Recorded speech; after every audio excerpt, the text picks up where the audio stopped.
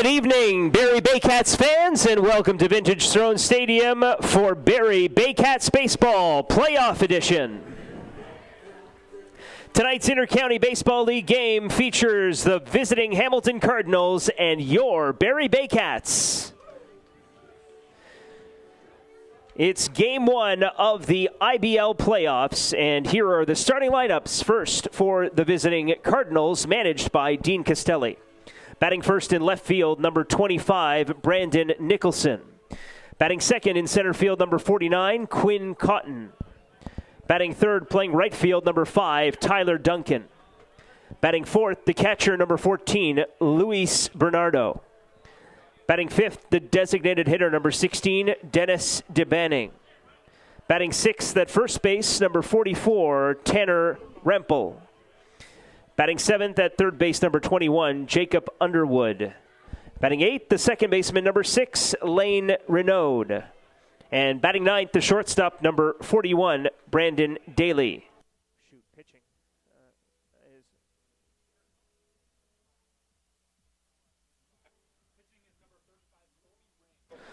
Pitching tonight for the Cardinals, number 35, Colby Ring.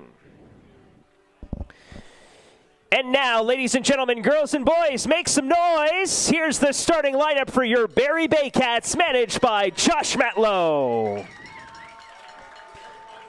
Batting first, playing center field, number 9, Kenny Ejo. Batting second, the first baseman, number 3, Adam Odd. Batting third, playing left field, number 4, Starlin Rodriguez. Batting fourth, the designated hitter, number 27, Ryan Rio. Batting fifth, the second baseman, number 7, Royce Ando. Batting sixth, the catcher, number 55, Hayden Jaco. Batting seventh at third base, number 8, Branfy Infante. Batting eighth, the shortstop, number 3, Carson Burns. Batting ninth, the right fielder, number 17, Avery Tuck. And pitching game one tonight for your Barrie Baycats, number 97, Frank Garces.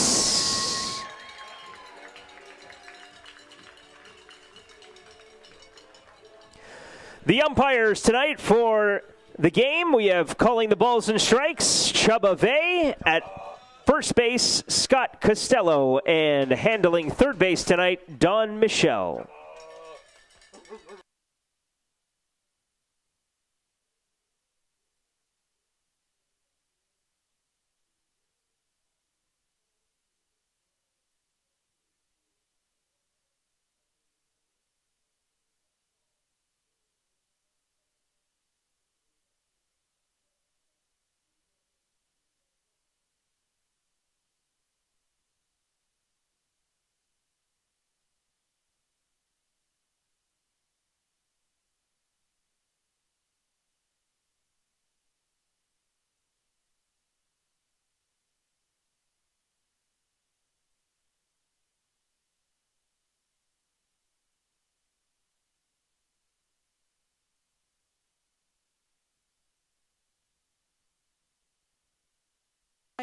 The true north, strong and free, from far and wide, oh Canada, we stand on guard for thee. God keep our land glorious and free. Oh, Canada, we stand on guard for thee. Oh, Canada, we stand on guard for thee. Baycats TV presents the 2023 Inter-County Baseball League Playoffs tonight from Vintage Throne Stadium in Springwater Township. It's game one, round one, between the Hamilton Cardinals and the Barrie Baycats. Hello again, everyone, and welcome. With Dylan Quinn and Sam McCoy, I'm Ben Davy. Tonight, they all count, and you can do this to anything that may have happened in the regular season, because tonight everybody is 0-0. 0 wins, 0 losses, and whoever can win 3 games first in this series will advance to round 2. Dylan, I know on paper this is a 3 versus 7 matchup. It might be easy to say, well, Barrie has the advantage by looking at the win totals, but this is a much improved Hamilton team from a year ago. They're hungry, they're ready, and they bring to Barrie a lineup that can definitely do some damage. Yep, definitely no team you want to underestimate at all. The Baycats are bringing their ace tonight, but so are the Cardinals with Colby Ring on the mound. We'll talk a little bit about him later on. But I got to tell you, Ben, the atmosphere in this building tonight seems a little bit different. We got some new additions to the field we'll talk about later. And playoff baseball is nothing like it. And I'm quite excited to be here tonight. Hopefully the Baycats can pull one out. Let's take a look at Dean Castelli's Hamilton Cardinals and the starting lineup for them here in Game 1. Brandon Nicholson, the former Welland Jackfish, leads off and is in left field. Quinn Cotton in center field batting second. Tyler Duncan, the right fielder, bats third. Luis Bernardo having an outstanding season behind the plate. He's their cleanup man. Dennis Day Banning, the veteran DH, bats fifth. Tanner Rempel is at first base batting sixth. Jacob Underwood at third base batting seventh. Lane Renault, the steady second baseman, batting 8th, and Brendan Daly is the shortstop tonight, batting 9th for the Cardinals. And they will face Barrie left-hander Frank Garces. The Dominican has been the ace of the Baycats pitching rotation this season. Yeah, ace is almost an understatement. You're always going to see something special when Frank Garces steps on the mound. You see the stats there, 6-1 in 10 starts, a 2.47 ERA, just absolutely insane stuff in 72 innings pitched. Has 2 complete games, only walked, get this, Ben, only walked 4 batters all season.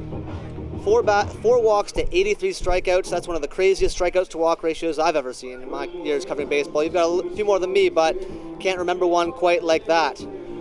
Yeah, my favorite Frank Garces stat from 2023, he has more wins than walks this season. That's just mind-blowing. 4 walks. He finished the season with 6 regular season wins. We were joking a little bit about it before the game. I was talking to Brad Grieveson. He came close. He had 4 wins this season, and he walked 5. But Brad was quick to point out to me that 3 of those 5 were intentional walks. So, okay, Brad, we'll say that you are on the same level as Frank Garces in that wins versus walks stat. But what an amazing year for Frank. 33 years old, former San Diego Padre, and just having another mind-blowing season for the Barrie Baycats. Yeah, he was second in the IBL in wins, he was second in strikeouts, and he was also second in ERA.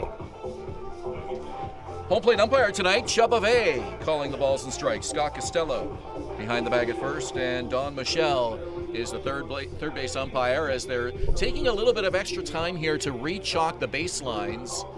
This is usually done well before the game, but maybe with a little bit of extra humidity tonight, they just want to exercise all precision and make sure that they are clearly marked before we get started. The batter's box is as well neatly chalked. Of course, that won't matter after a couple of innings and everything will be made a mess of, but a nice clean start as that third baseline is completed. And we are going to get ready to see the Hamilton Cardinals line up here tonight. So head-to-head, these teams were dead even in the regular season. Again, you can throw that in the garbage. It means nothing when the playoffs start, but for those wanting a point of reference, 3 wins apiece in the regular season between the Cardinals and the Baycats. Cardinals won the first 2 games 5-3 and 11-5.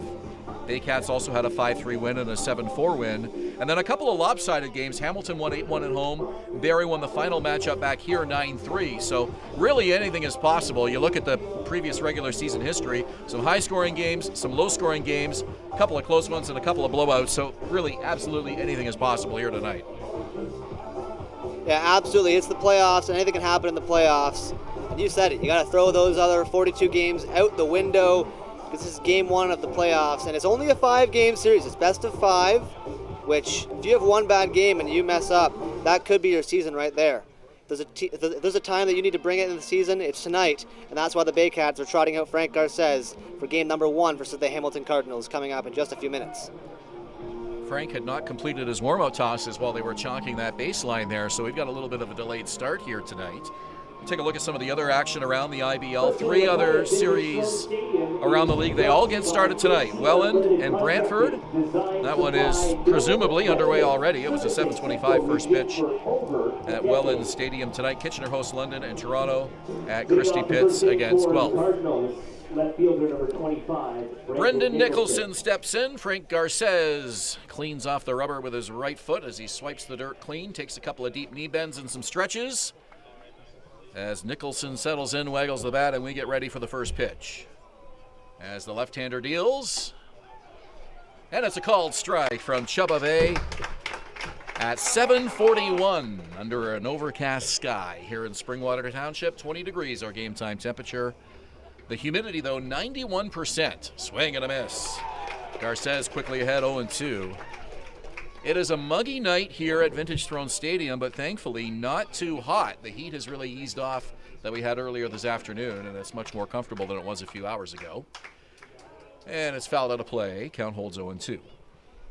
Nicholson batting .287 on the year in his 4th year of IBL experience. All 3 previous with the Welland Jackfish. This is his first season with the Cardinals. His first postseason with the Cardinals as well. Frank Garces with a crowd behind him looking for his first playoff strikeout. 2023, the leg kick and the 0-2 on the way, and it's fouled away again. Nicholson's hanging in there at no balls and 2 strikes.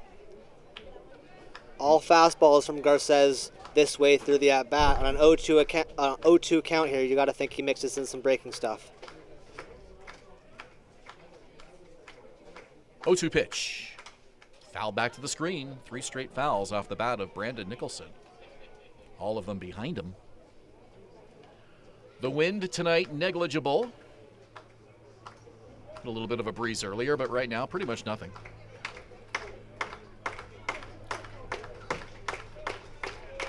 No balls, 2 strikes. Garces looks in.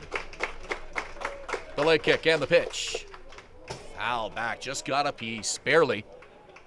Well, it's only the first inning, Ben, but the energy in this stadium is already very evident as you can hear the fans clapping. They're excited, and we are also excited here for some Baycats playoff baseball.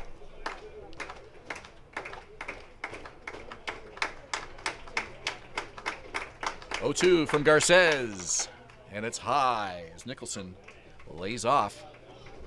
And the count 1-2. Garces does this night in and night out. He consistently gets ahead of these hitters. 0-1, 0-2 counts. And that's what makes him so lethal. And that strikeout total, as mentioned, among the league's best. Here's the pitch. All picked up by the catcher, and the throw to first to complete the strikeout. 1 away as we look at the defense for the Barrie Baycats behind Frank Garces tonight. In left field is Starlin Rodriguez, center field Kenise Ejo, and right field Avery Tuck. In the infield at third is Brant Infante, shortstop Carson Burns, second base Royce Ando, and first base Adam Odd. Behind the plate tonight is Hayden Jaco, and pitching to him will be Frank Garces. So Garces getting his first playoff strikeout, and he will face Quinn Cotton, the center fielder. Swing and a miss, and again Garces gets ahead. Back-to-back changeups from Garces, just both of those unhittable, just dying right off the plate. No chance.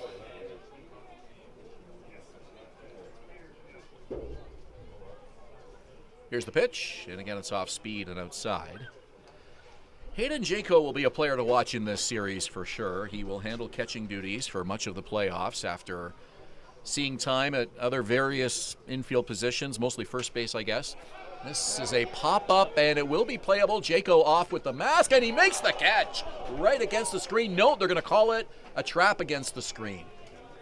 Great effort by Hayden Jaco. You hear the appreciative hand from the fans, but the at-bat will continue.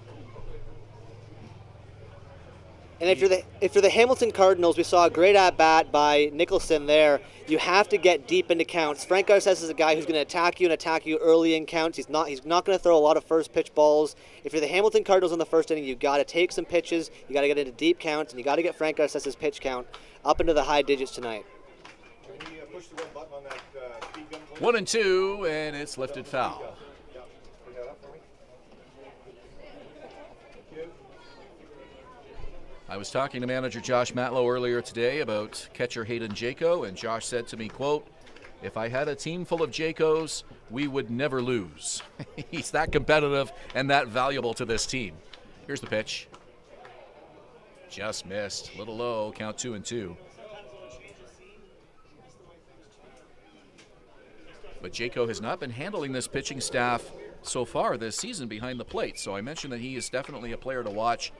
He's had to get up to speed awfully quick with this Baycat pitching staff to get ready to handle catching duties here in the postseason. 3 balls and 2 strikes to count. And that necessitated in large part due to the departure of Josh Cote, who had an outstanding rookie season and is now south of the border fulfilling college commitments. 3 balls, 2 strikes. Garces to Cotton. Ball 4. And a walk from Garces gives the Cardinals a base runner here on the top of the first inning. Well, we mentioned the lack of walks from Garces, and here it is in the first inning. Only his 5th walk of the season. I guess first of the postseason. You can throw the rest of the regular season stats out the window, but we're in the first inning, second batter, and there's a walk from Frank Garces. Yeah, that should be a badge of honor for Quinn Cotton, being one of only 5 players to draw a walk off Frank Garces so far in 2023.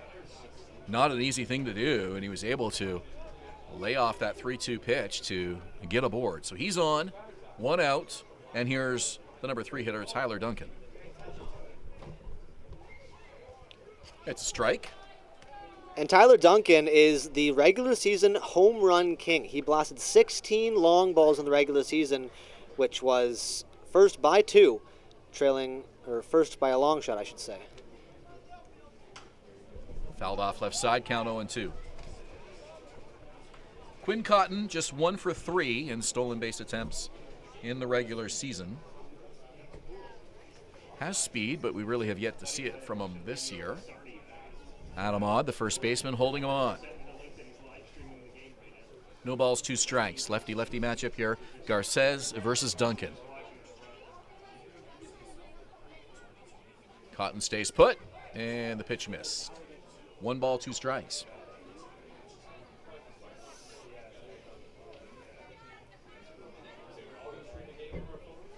If you're Frank Garces, you want to throw Tyler Duncan something away, something that he's gonna be hard to turn on and send it over the fence here. Gonna be tough to do against a talented hitter like Tyler Duncan. Runner leads, 1-2, fouled away. And the count holds. A lot of foul balls off Frank Garces in this top of the first inning. So Hamilton trying to keep these at-bats going, get the pitch count high early in this game. Garces has not worked less than 6 innings in any of his outings this season. High pitch counts don't seem to bother him too much. He can go as deep as needed. 1-2. Here's the pitch. Just got a piece. Count holds. Garces went with a very abbreviated leg kick there on that delivery from the stretch. It was a great off-speed there from Garces. Tyler Duncan not fooled, though. He'll stay alive at 1-2. Garces very good at mixing up his delivery to the plate just to keep those batters on their toes and remain hard to predict. More of a high leg kick there. Here's the pitch, and it's chopped on the ground to Odd. He will step on the bag himself for the out. Runner will advance. No chance to get Quinn Cotton. He's up 90 feet, but 2 out in the inning. Catcher Luis Bernardo now with 2 out and a runner in scoring position for the Cardinals. Catcher number 14, Luis Bernardo blasted 6 long balls for himself this year in 152 at-bats. He also bat .289. But again, as you mentioned, you can throw those stats out the window because right now he's batting .000 in the postseason in his first at-bat here.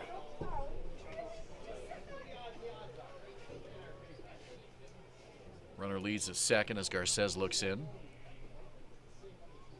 2 outs in the inning. Checks the runner. Here's the pitch.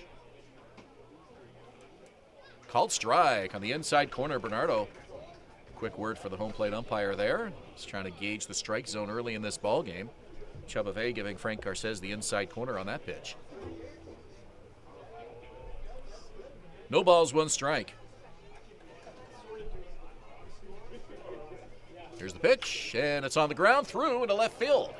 That'll be a base hit. Rounding third is Cotton. Up with the throw. Rodriguez is high as he airmailed it.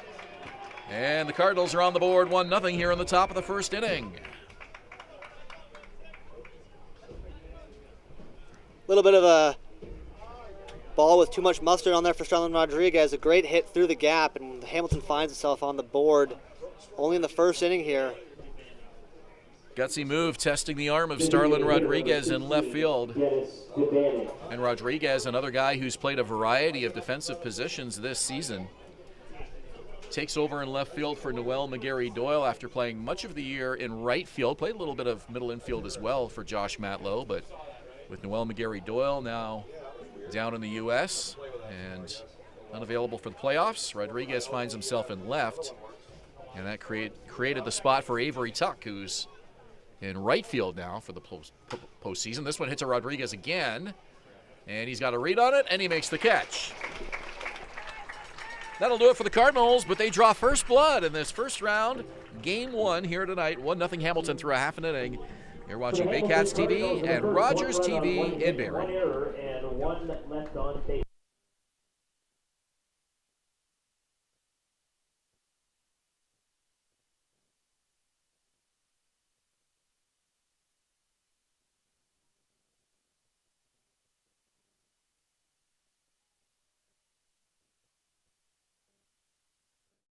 Premier North Windows and Doors is a proud supporter of the Barrie Baycats, locally owned and operated and specializing in window replacement and door installation. Simcoe County's #1 choice for windows and doors. Classic Car Wash, customizing your car wash experience using high-quality products. Their team of experts will make sure your car is shining like new when you drive away. Give your car the VIP treatment it deserves at Classic Car Wash in Barrie. The Collingwood Brewery at 10 Sanford Fleming, producing delicious lagers, ales, and seltzers since 2014. The proud home of the Baycats Brew. Check out their retail shop and tap room and select products at the LCBO, beer store, and grocery stores. Cheers and go Baycats! Hi, I'm Debbie Wilkes, owner of Insightful Living and licensed provider of Brain Echo Technology, which aims to calm and balance the brain. If any of these troublesome things are troubling you, then I'm talking to the appropriate person now.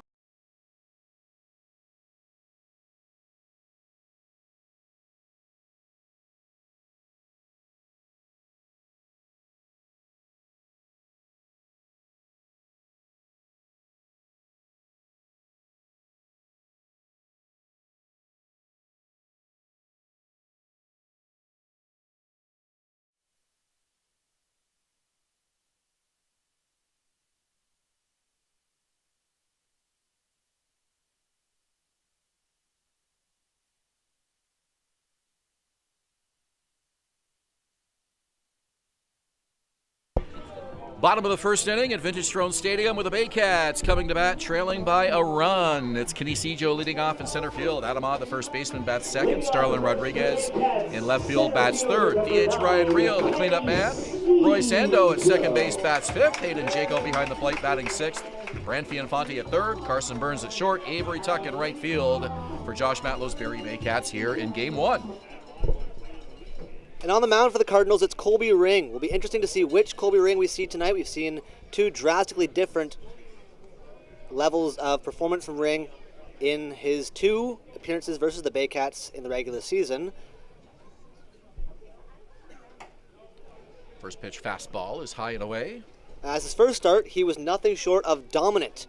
But more recently, the Baycats found him, and they found him early. He started hitting their curveballs and hitting them for a long way. And he's behind 2 balls, no strikes. And we'll see how he progresses through the game tonight in his first postseason appearance of the year. 23 years old in his first season of IBL action. And he's behind 3-0. Control was a problem for Ring in the regular season. 35 walks, 37 strikeouts.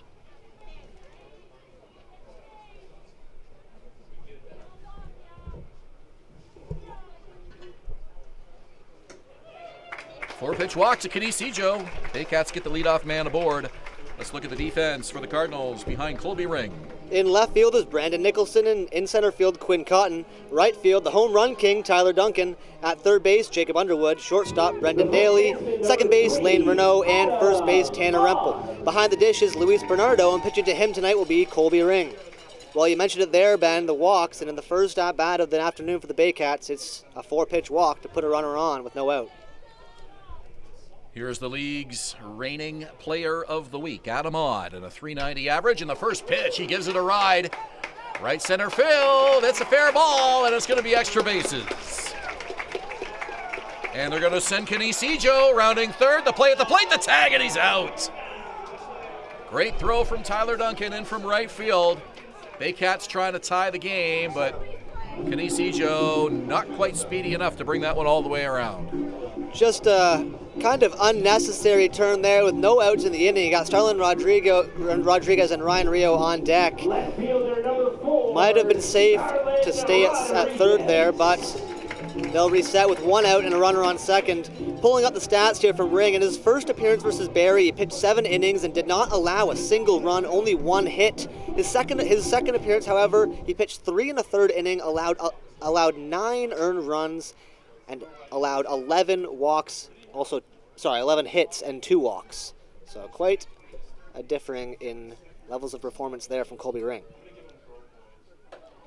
Love to see the early game aggressiveness on the bases. However, with that, you need to respect the arms of these outfielders, and Tyler Duncan's got one of the best in the league. Got that ball in from right field in a hurry. So that will help out Colby Ring, a runner at second now with 1 out. A much different looking inning for him as he gets the curveball over for a strike. Really slowed it down on that pitch. That's the pitch that the Baycats are going to have to capitalize on tonight. It's that slow, hanging curveball, especially for a guy like Starlin Rodriguez. You want to sit back on that, wait for your pitch, and when you get it, you better hammer it. Yeah, if you're looking fastball and that thing comes in, you can look foolish in a hurry. Here's the pitch. Again, he goes with a curve, and it's down the line, foul. 1 ball, 2 strikes. And that's the approach from Ring with that curveball, is get him out in front, pull it foul, or miss contact completely. But if you're able to pull that into fair ground, you can do a lot of damage, like we saw with the Baycats in Colby Ring's most recent appearance versus Barrie on August 12th, when he allowed 9 runs in 3 1/3 inning. Ring to the belt. Looks at the runner. Checks him again, and now the 1-2 pitch. And it's a fly ball to center field. Hit pretty deep. Nicholson back near the wall, and it'll drop, and it's extra bases. Throw cut off by Brendan Daly, and it'll bring in Adam Odd to score Barrie's first run of the game.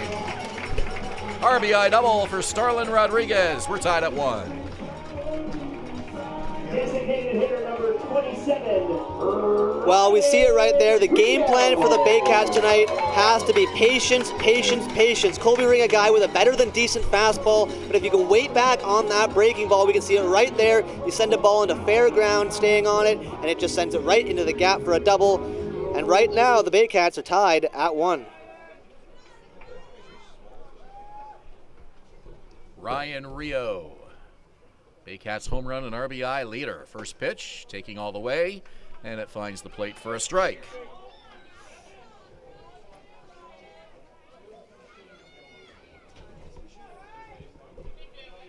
So 1-1 tie, Adam Odd scoring on the RBI double by Starlin Rodriguez. 1 out in the first.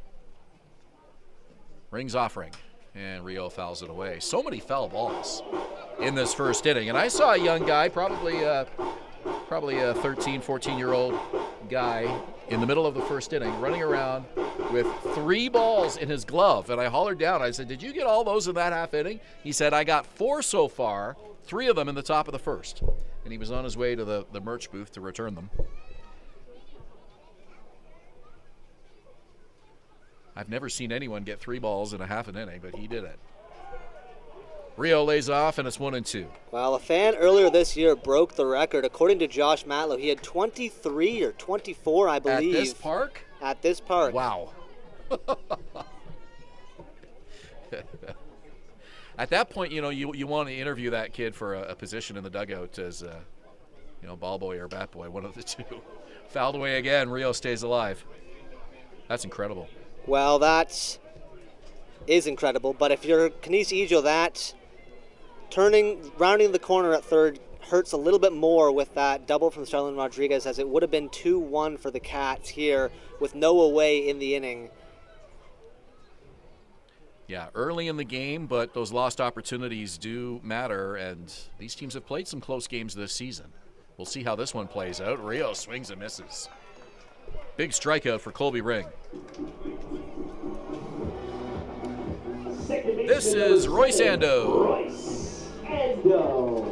Ando in his third season with the Baycats. This season he bat .346, with 18 hits and 52 at-bats. Only 12 games for Royce, but he is expected to be a little bit more available in the playoffs here this season, so Josh Matlow excited about that. Solid defensively at second base as well for Barrie. First pitch curve, and it gets over for a strike. This is the 1,000th game in Barrie Baycats franchise history, and we're going to talk about this a little bit off and on throughout the broadcast tonight, but a historic game here at Vintage Throne Stadium, as it happens to fall on game one of the playoffs as Ring steps off. But Starlin Rodriguez at second stays put.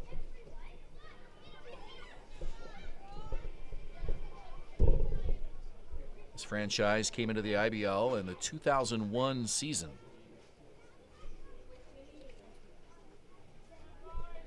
Ring's delivery, and he misses. The count, 1 ball and 1 strike. Checked with longtime Baycat statistician Tim Clark just to get some info on game 1 for the Baycats in the history of this franchise, and it was May 12th, 2001. Toronto Maple Leafs were here at what was then called Barrie Metals Stadium, and the Leafs prevailed in that first game by a score of 5-3. That breaking ball misses, and the count is 2-1. Took the Baycats 6 games to get their first win, and it was in Barrie. It was a 9-3 win over Kitchener. Baycats struggled that inaugural year, failed to make it to the postseason, finishing 7th. But it didn't take them long to win their first championship. That came in 2005. Between short and third into left field. It's a base hit, rounding third. Rodriguez, the throw, not in time. Here's the throw to second. And out at second is Royce Ando, trying to stretch that to 2.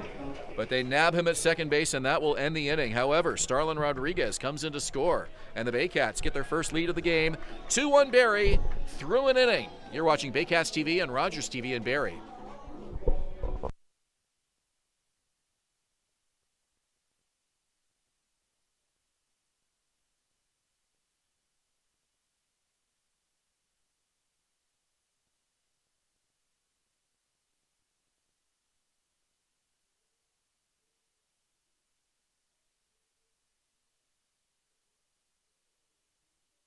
Danielle May Real Estate, supporting the Barrie Baycats and ready to help with all of your real estate questions. What is your home worth? Should you sell now or wait? Danielle is dedicated to your success. The next time you think real estate, think Danielle May. VMF Sportswear, the official jersey provider of the Barrie Baycats. High-quality, pro-custom uniforms using only the best quality fabrics. Custom apparel, excellent customer service, and community support. VMF Sportswear, Canada's trusted sportswear brand.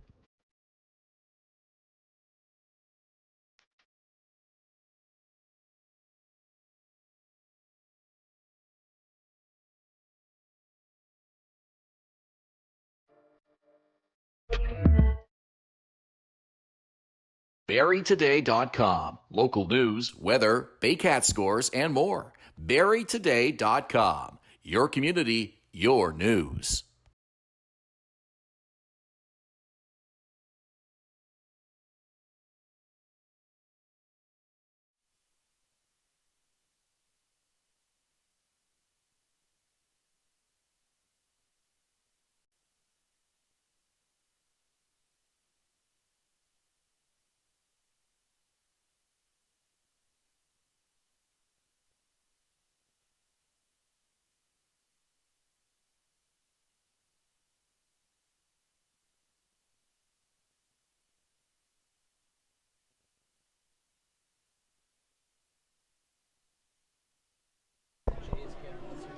Baycats 2, Cardinals 1. We go to the top of the second inning. Here's Sam McCoyne with an in-game report. Thank you, Ben. Well, if you haven't noticed, the Baycats B that was on the field behind home plate, well, that is on the field behind home plate. That's because it was just added for the playoffs. I was asking some of the players what they thought of it, and obviously the common answer was they love it. It's a great piece and definitely something to take a picture of.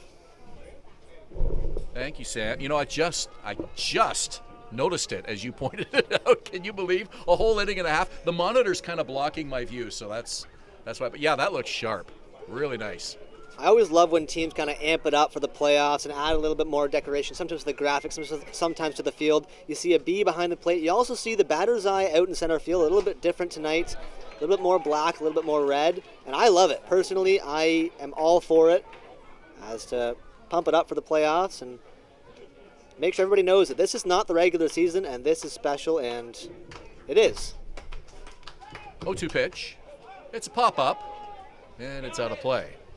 Yeah, that batter's eye is something that obviously is a regulation, a requirement at the major league level, but never thought about it for the Intercounty Baseball League, and I have to rack my brain and think about what other teams might have that. But that blacked out area in center field helps the batter pick up the ball. Swing and a miss. Another strikeout for Frank Garces here in the second inning. That was a disgusting pitch from Frank Garces. We've seen him work in that off speed quite a bit when he's ahead in the count, and the hitters have just been nowhere near it tonight. Only through two, but that pitch has been dominant for Frank Garces through 3 outs and 1 here. Definitely going to want to talk to some of these hitters and see if they've, what difference, if any, that blacked out area is, if that's an advantage at all. I'm sure it is in some ways, but whether or not it's something that they're noticing at all, because without that blacked out area in center field, you've got to pick up the ball against a background of trees, people walking dogs, all kinds of different things going on out there. That one picked up by the shortstop. Burns makes the throw, and it pulls Adamot off the bag. They give him an infield hit, and Underwood is aboard with 1 out. Well, you were talking about the batter's eye, as it's referred to, is something that goes under the radar quite often, but it makes such a big difference. I believe Jack Couch Park has one in Kitchener, and for a batter, it really makes a difference, and we can all already see, not attributing all of the hits tonight to that, but if it's any indication, the hitter's been on the ball tonight, and maybe that's because of the batter's eye out in center field. Much, much easier to pick up the ball when you have a little bit of a black or a dark background behind the pitcher if you're the batter. Yeah, some teams I would imagine have billboard advertisements right out there in center field, and you can imagine how hard that would be to pick up a baseball against right out of the pitcher's hand. Lane Renault, the second baseman. So improvements constantly being made here at Vintage Throne Stadium to improve not only the fan experience, but in this case, the performance of the players as well. Runner does not go. Pitch. A called strike. 1-1 to the second baseman. Lane Renault batting .244 through the regular season with 4 home runs and 31 hits.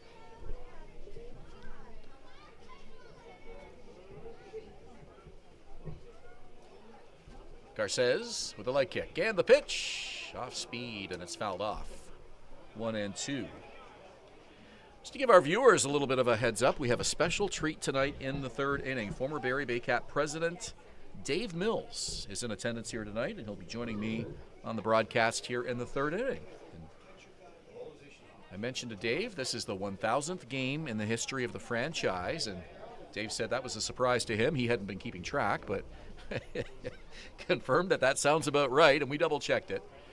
And a historic night here at Vintage Throne Stadium. Dave will come on and reminisce with us a little bit about the history of this organization, and he was a big part of it for 21 years here in Barrie.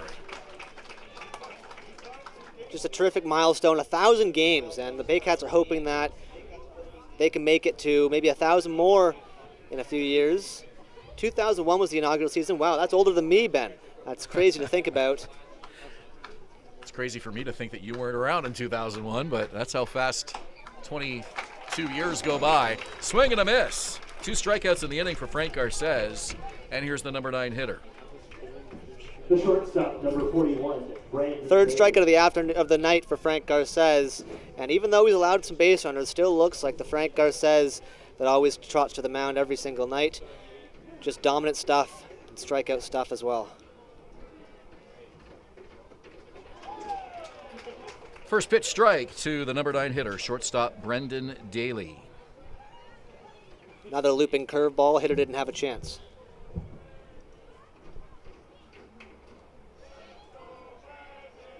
And the Let's Go Brendan chant from some fans that are here with the Hamilton Cardinals here tonight. We had to do a double take when we saw Daly's name in the lineup as the number 9 hitter. Daly only played 2 regular season games, had 3 at-bats for the Cardinals, and we were wondering about the playoff eligibility rules and whether they applied to him, but we're able to confirm that as a junior call-up, it's a different set of rules for players in his circumstance.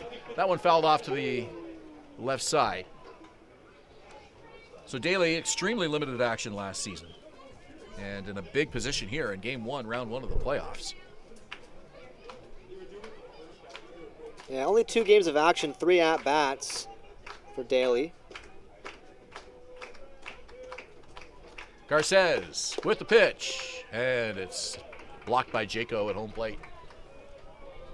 Nice idea on an 0-2 count to bounce one there. Fortunately, Daly did not offer. 3 strikeouts for Garces in this ball game. A 4th would get his team off the field in the 2nd.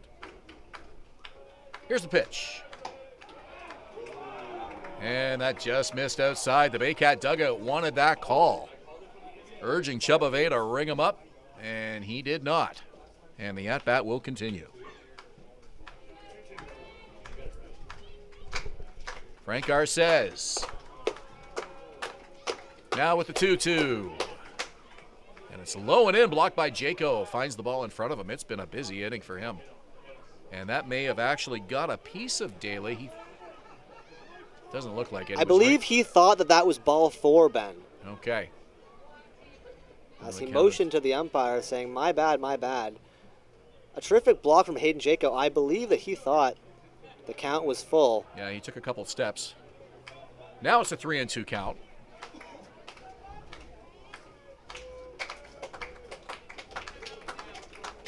Three balls, 2 strikes. Payoff pitch. Fouls it away. Daly battling hard against Frank Garces. We will have to get an update from our friend with the foul balls after the 2nd inning. He might be up to 10 by the amount of foul balls going out of the park this inning.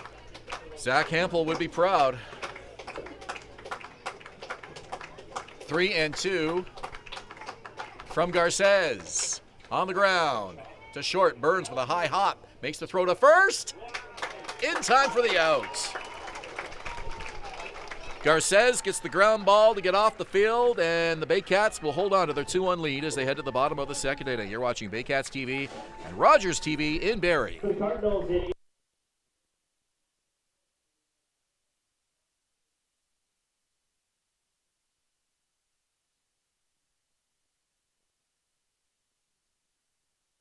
We be disturbing the peace. Working, we serving the streets. About to go ain't going beast. Bang, bang, leave you sleep. Carrington comes in, and the Hard body, and that's and the score is James Anderson, and the Baycats win. Join us this summer at the Baycats Summer Baseball Camp.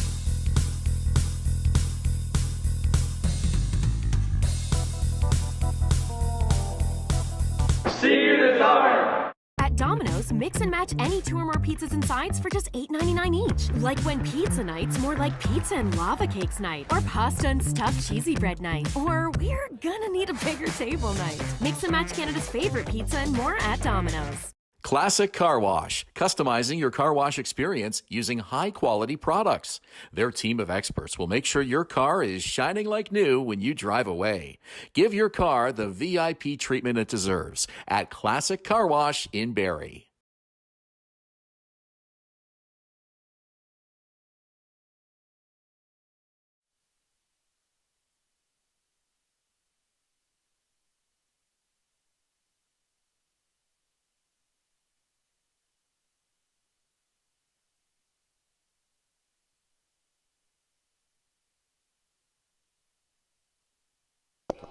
Welcome back to Vintage Throne Stadium for this bottom of the second inning. The second inning brought to you by Wingin' It Restaurants, the great taste of adventure.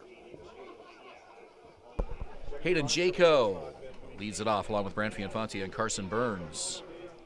Want to welcome viewers in Hamilton tonight watching on Cable 14. Of course, we have our usual audience on Rogers TV and Barrie and Baycats TV on YouTube. However you're watching the game tonight, we welcome you and glad to have you along for this opening game, first round of the 2023 IBL postseason for the Barrie Baycats and the Hamilton Cardinals. It's called strike from Colby Ring. Hayden Jaco getting his first postseason at-bats. The former IBL Rookie of the Year in 2021 with London has catching duties tonight. 1 ball, 1 strike.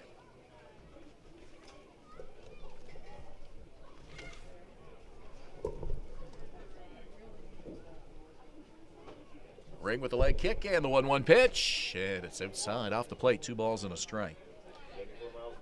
This series opens with 3 games in 3 days. In Hamilton for Game 2 tomorrow, and then back here for Game 3 Saturday at 4:05. Understand Chris Lazar will be joining Patrick Melbourne on that broadcast. Looking forward to that. And then a couple of off days, Sunday and Monday. The series will resume in Hamilton if necessary on Tuesday. Game 5 will be back here on Wednesday if necessary.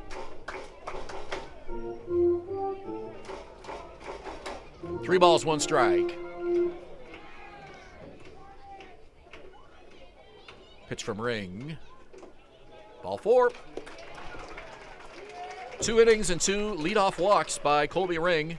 Ejo in the first and Jaco here in the second.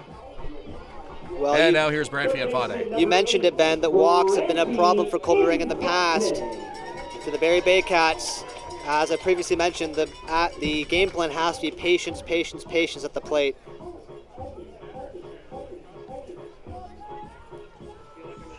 Brant Fee, a long-time Barrie Baycat. He was a part of the championship-winning crew from the previous decade. He has IBL championship credentials. Would love to get back with this club again here in the 2023 season. Yeah, a 9-year IBL veteran, all 9 of those with the Baycats. 36-year-old right-handed hitter from Santo Domingo, Dominican Republic.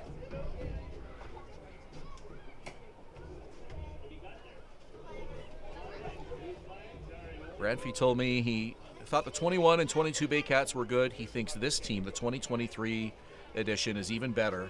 And I asked him why, and he said he sees a lot of guys on this team who can compete and desire to compete. And that's what really sets, in his mind, this club apart from others. Might have a lot of talent, but that drive to win games is really contagious throughout this Barrie Baycat squad here in the 2023 season. Well, I can't disagree with him, Ben, and what a great addition it is to have Brant Fianfonte back in the lineup after having him out for the majority of the regular season. Way high, and the count is 2 balls and 2 strikes.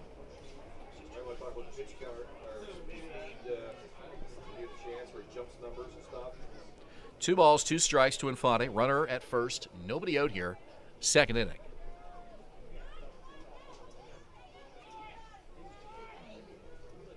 Ring with the pitch. Swing and a miss. Infante chased the high fastball up at the chin. Strike 3. 2 strikeouts for Colby Ring today. The shortstop, number 3, Carson Burns. Carson Burns, a guy who's shown a lot of consistency and a lot of reliability, both at the plate and on the field this season. Comes to the plate for the first time here tonight. Yeah, Burns a terrific fielder. We saw it at the end of the second inning there, or the end of the top of the second, I should say. But a very underrated hitter as well. Just a very smooth swing, one that is one of my favorite on the team. That ground ball that he fielded, the second hop was a little bit high. It took a little bit of a weird bounce. He stayed with it, though, and when you get that high throw, there's nothing you can do but the high bounce. There's nothing you can do but wait for it to come down. And that forced him to make a very quick throw over to first base, but he was able to do it.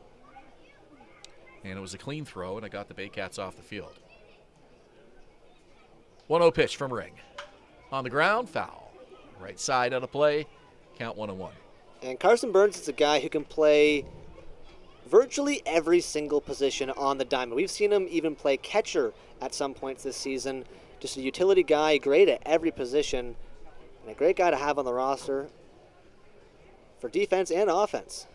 You got so many guys on this Baycat roster who can play a variety of positions defensively, and not only is that a strength when you're putting your lineup together, but keeps the opposing team on its toes, and the manager in particular, because it's impossible to predict the Baycats lineup and their defensive alignment as well. You don't know who you're going to see out there where. Most of these guys have a primary position, but they can play in a variety of places, and Carson Burns, definitely an example of that. 2 balls and a strike. Rings offering, and it's hit to center field, and it's going to drop for a base hit, picked up by the center fielder. They put the stop sign at third, so Jaco will stay 90 feet away. It's a double for Carson Burns. 2 in scoring position for the Baycats with 1 out. Fielder number 17, Avery Tuck. Well, a great at-bat there from Carson Burns. He hit one into the gap, and that'll take the Baycats out of the force play with runners on third and second, with only 1 out for the 9-hitter Avery Tuck.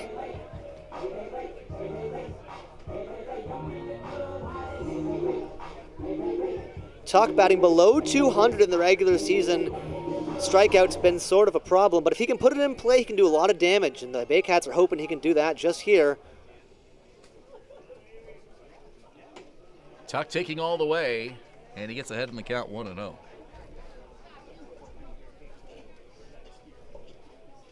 San Diego, California native in his second season in the IBL.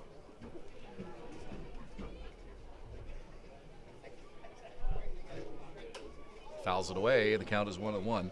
Avery Tuck, in my mind, a player to watch in this series as well. And he is in right field, in large part due to the departure of Roy Sando, which forced Starlin Rodriguez over to left field. So that opened up right field for Avery. He joined the team mid-season, got into 20 games, only hit 189. They know greater things are possible from him, and that's the beauty of the playoffs. Anybody can get hot at any time, and Josh Matlow would love it if Avery Tuck can step up and be one of those guys. They know he definitely has the skill set to do so. Very small sample size for Avery Tuck, and only 53 at-bats during the regular season. And you mentioned it, Josh Matlow hoping that Avery Tuck can turn it around in the postseason and do some damage in the 9 spot. 2-1. Bounces up to the plate.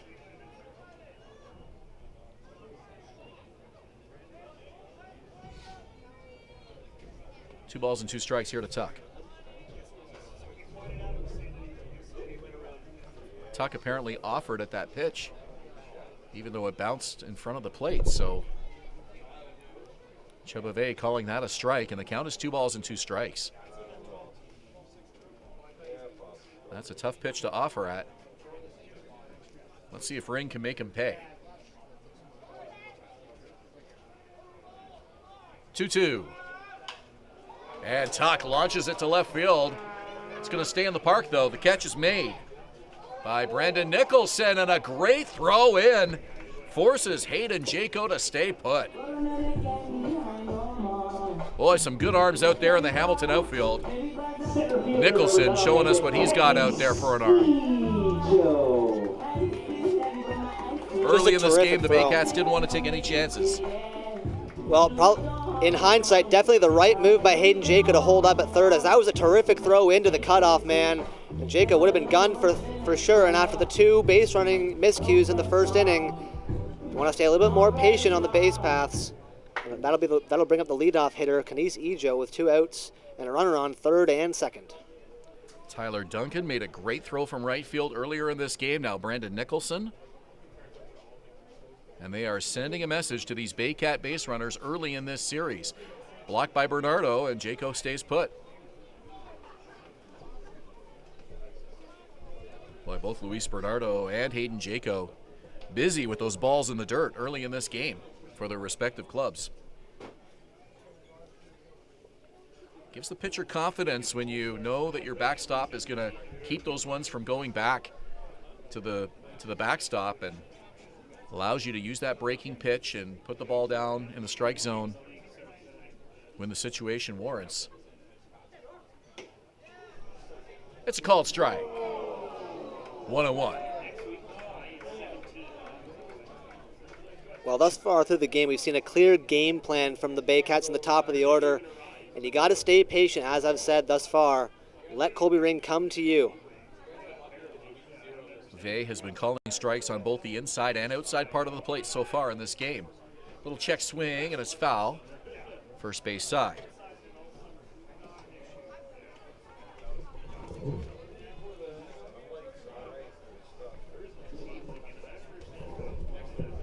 Canisijo, 26 stolen bases. The Barrie Baycats single season record. 2023. Only caught 2 times. Love to get on here with a 1-2 count. First base open. Here's the pitch. Swing and a miss. Ejo chases it. And Ring gets off the field without allowing a run. So it's 2-1 Barrie through 2 innings. Don't go anywhere. Former Baycat president Dave Mills will join me in the top of the 3rd inning. You're watching Baycats TV, Rogers TV in Barrie, and Cable 14 in Hamilton.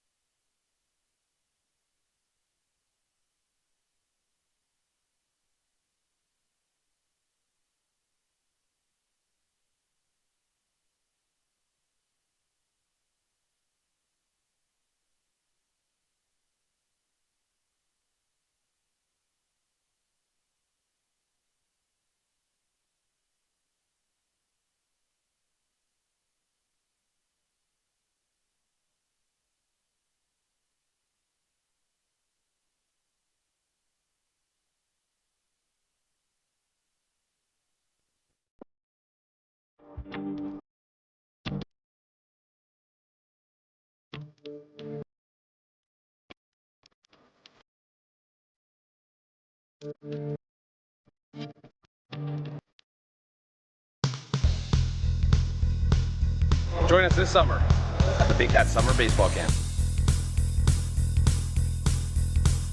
Very much. It's always good to see you here at the ballpark, and we kind of have you on here accidentally tonight because it's also coincidentally the 1,000th game in Baycats franchise history. And when I saw you here, I thought, wow, that's perfect timing to have you on and share a few recollections with us here tonight. Yeah. Well, that's incredible. I didn't realize anywhere close it was 1,000 games. Wow. Brandon Nicholson leads it off for the Cardinals along with Quinn Cotton and Tyler Duncan here in this 3rd inning. Swing and a miss on the fastball by Garces, and he's quickly ahead here. No balls and 2 strikes. So first of all, how are you doing? You've been away from the organization for a couple of years. They told me you retired, but I didn't believe it. I said, I know Dave's doing something. I just love baseball, and I just continue to follow the Baycats because it's kind of in my blood, and obviously you want to make sure they're doing well, and which they are, which is great. You served this organization for 21 years, I'm told, including the inaugural season in 2001. Can you recall that far back and maybe just tell us a little bit what was it like getting a franchise here in Barrie, something that people had wanted for a long time? That's it's an incredible story, actually, Ben. That we started back in 1999, getting the franchise, and we were kind of gearing up for it, and then our initial owner went bankrupt.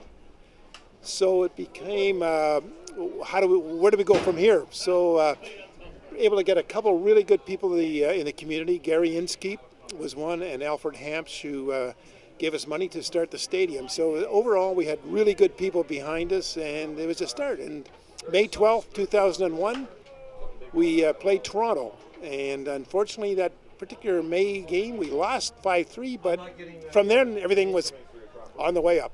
Your recollection completely lines up with what I have here on my phone from Tim Clark, because I checked with him.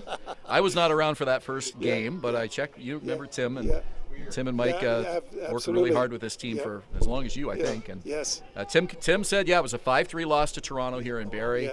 Can you remember some of the key players from that team? Maybe who was even on the mound? Well, Nick Owen was the manager back then. Actually, if I recall, I think one of your current relief pitchers, Brad Grieveson, I think, was on that team back then. Eulenbrook, I think he's coaching now. Yeah. Just a lot of really local, mostly local players, Ben. Pass Garces, Burns, gloves it, makes the throw. It's high, down with it is odd, and not in time. Safely across is Brendan Nicholson. Good speed there to leg that out for an infield hit. 1 on for the Cardinals here in the third. But we've had, building a culture, I think, was so important, Ben, in that we try to get the volunteers involved, the players involved, the organization involved. And it just came together as people wanted to be here, and and we had 4 so far really good managers: Nick Owen, Jeff Sharp, Angus Roy, and now Josh. And that was just it solidified everything along the way from on the field aspect. Yeah, some may have forgotten Jeff Sharp, but he was the manager for the 2005 championship team, the first title here in Barrie. I was around here for that. That was our first year with Rogers TV, and so exciting to be a part of a championship team. How did that feel for you, just to see the culmination in a relatively short period of time, but to be able to hoist that championship trophy here at home? Oh, it's fantastic, and it's interesting. Drive to left field. And back for it, and it is off the wall, in play. Ball picked up by the left fielder Rodriguez, and they're slow getting it in. The runner scores, and Hamilton has tied this game on a triple by Quinn Cotton. So Nicholson in to score, and Hamilton right back in this ball game. A little bit of sloppy play defensively here on both sides of this game, and Cardinals taking advantage of that with some aggressive base running to tie this game at 2. So back to 2005. Yeah.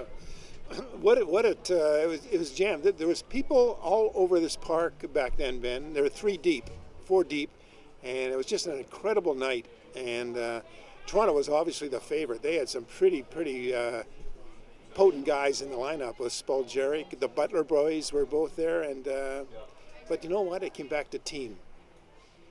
And I always think back that we didn't have the best team then to play the Maple Leafs, but you know what?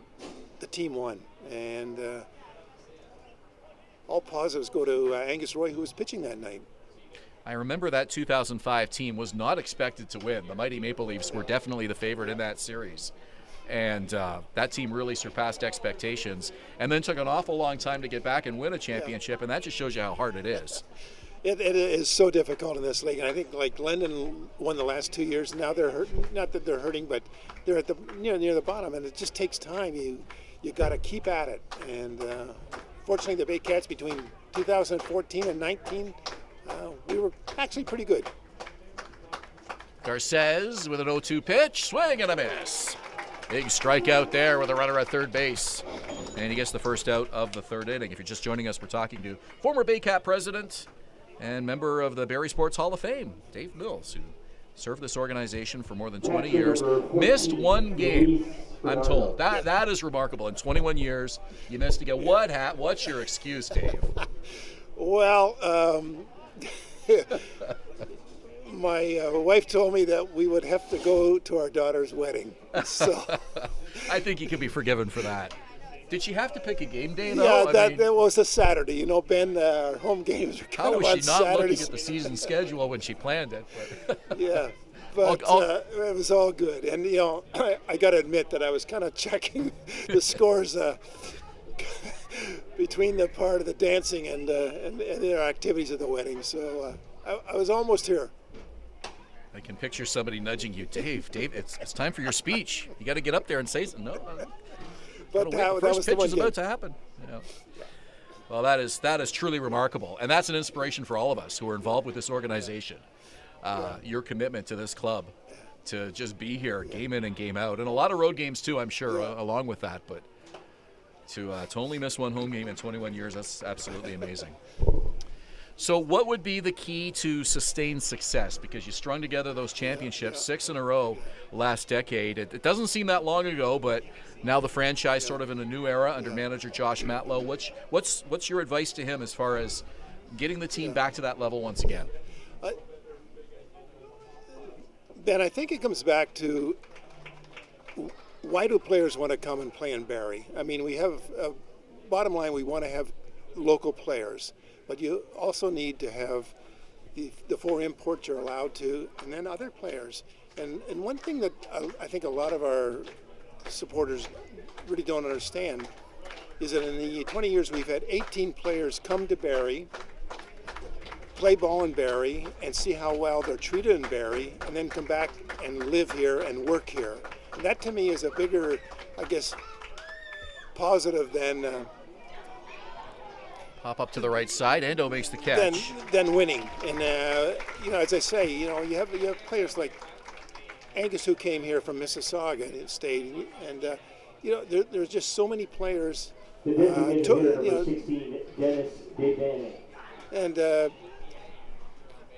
just makes me, my success throwing out to the team is because what we've done for the players, what we've done for the fans here in Barrie. And that makes it all worthwhile. And I just say to Josh, just keep going at it. It's really hard to win in this league with 8 really good teams, and you have to find that ingredient that makes it work.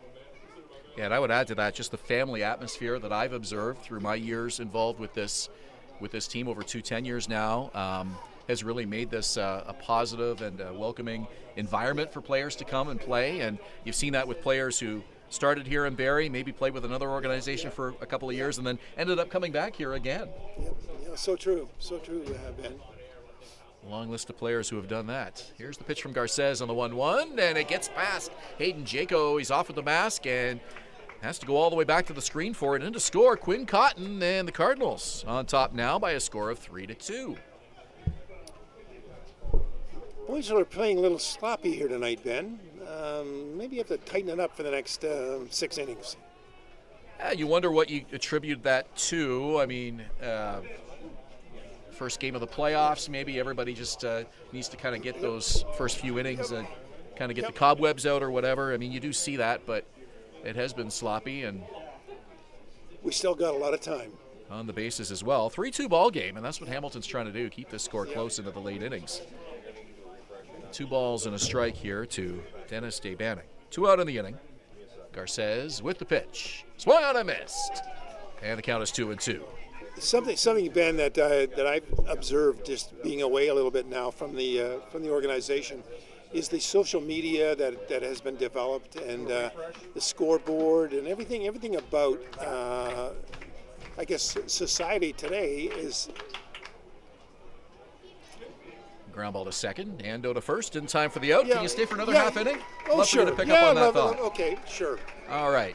We are through 2.5, and the Cardinals now on top 3-2. You're watching Baycats TV, Rogers TV in Barrie, and Cable 14 in Hamilton.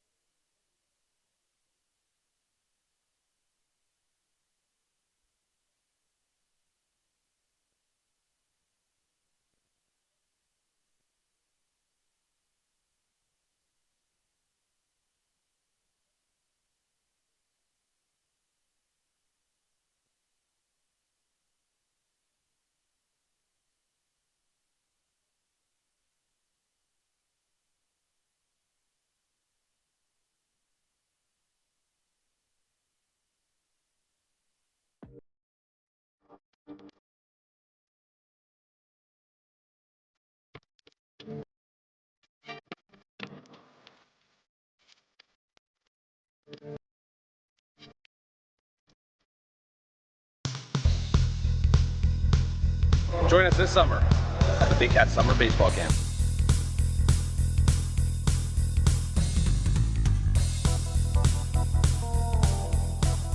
See you this summer!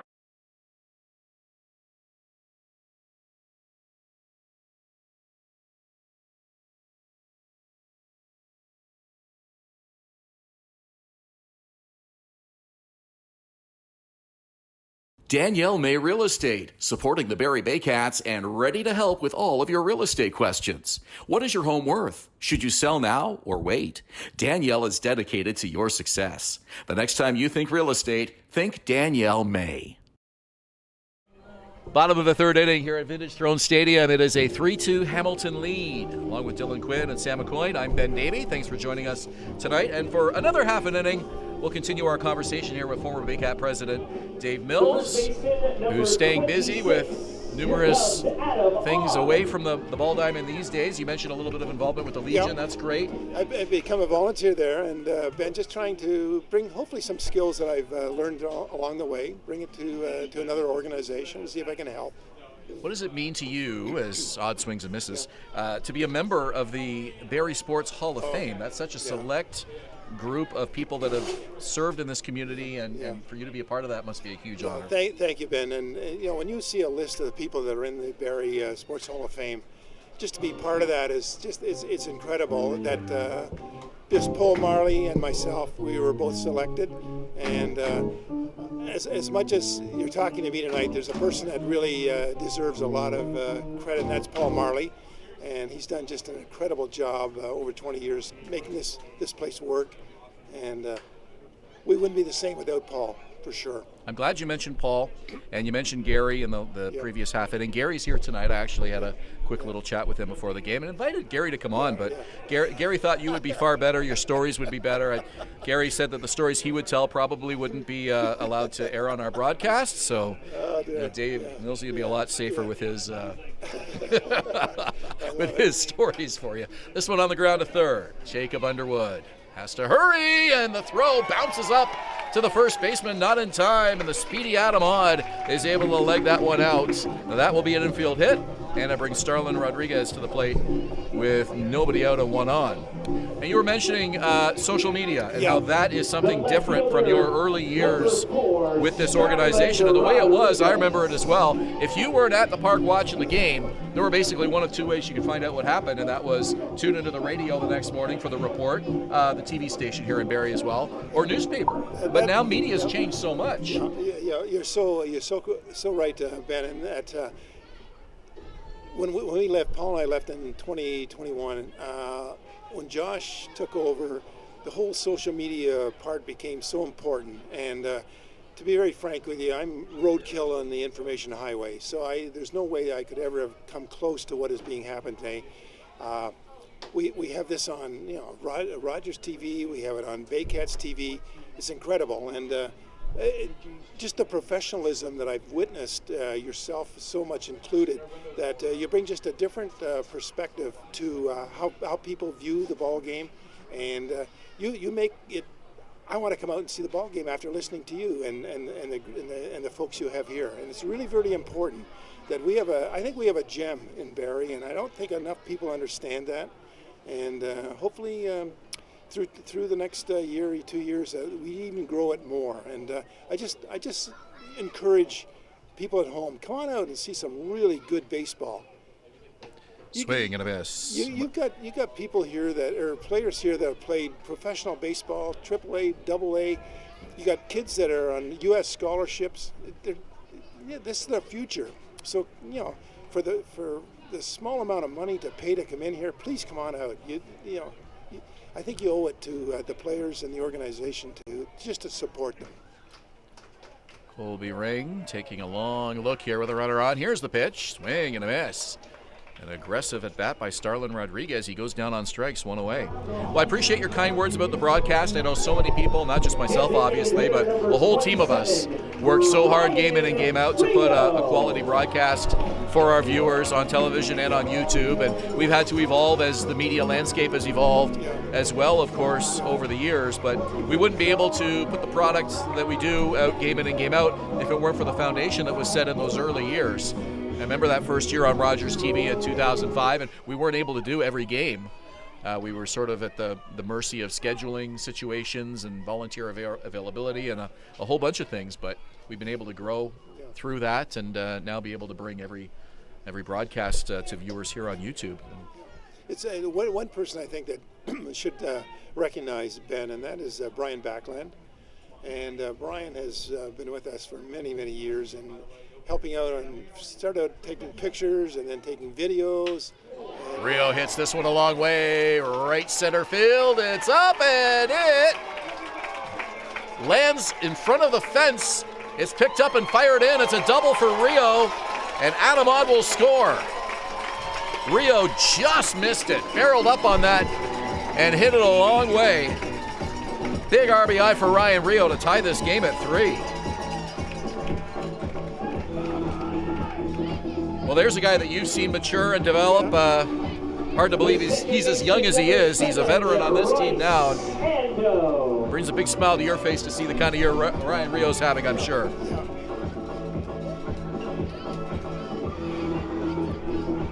How much have you enjoyed seeing him become the player that he's become? The first time I met Ryan Rio, I was out here doing something in the park, probably 4 or 5 years ago. Getting ready for the game at 4 o'clock in the afternoon, and Ryan is out here with I think it was his grandfather throwing him pitches for batting practice, a pail of balls and throwing to him, and then that particular year he got drafted, I think, by the Philadelphia Phillies to go to the major leagues. Yep. And it was so encouraging to see.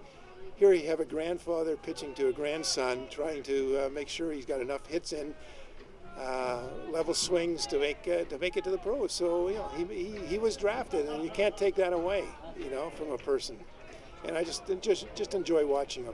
Now, did you hear that Ryan got engaged at home plate earlier this summer? That I did not know. It was about a month ago, I think, and it was before the game. I think it was early afternoon. This one chopped over the mound. Picked up by the shortstop. Daly, the throw, not in time. It's out of the glove of Tanner Rempel. And Roy Sando is safe.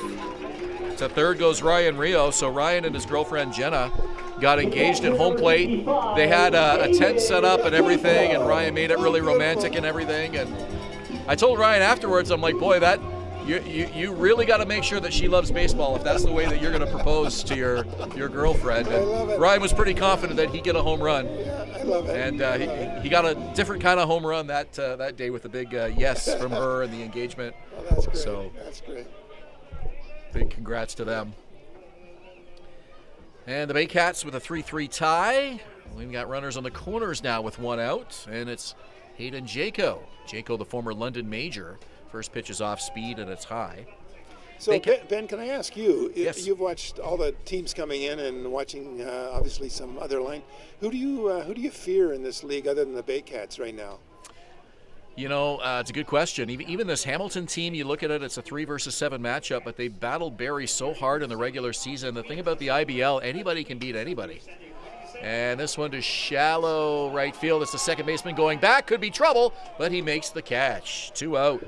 Lane Renault, that was a difficult angle. He goes back and gloves it for the out. Llewellyn Jackfish certainly seemed to be the most dominant team this year. The record would bear that out. Just solid on both sides of the ball. So that's the team right now that I think everyone's gunning for. It'll be really interesting to see what happens with the London Majors because they're coming off their back-to-back championships. Most of those guys are still with the team. However, they underperformed in the regular season. And it'll be interesting to see if they can pull it together for the playoffs and do what that team is capable of. So I've got a close eye on that team as well this year. Yeah.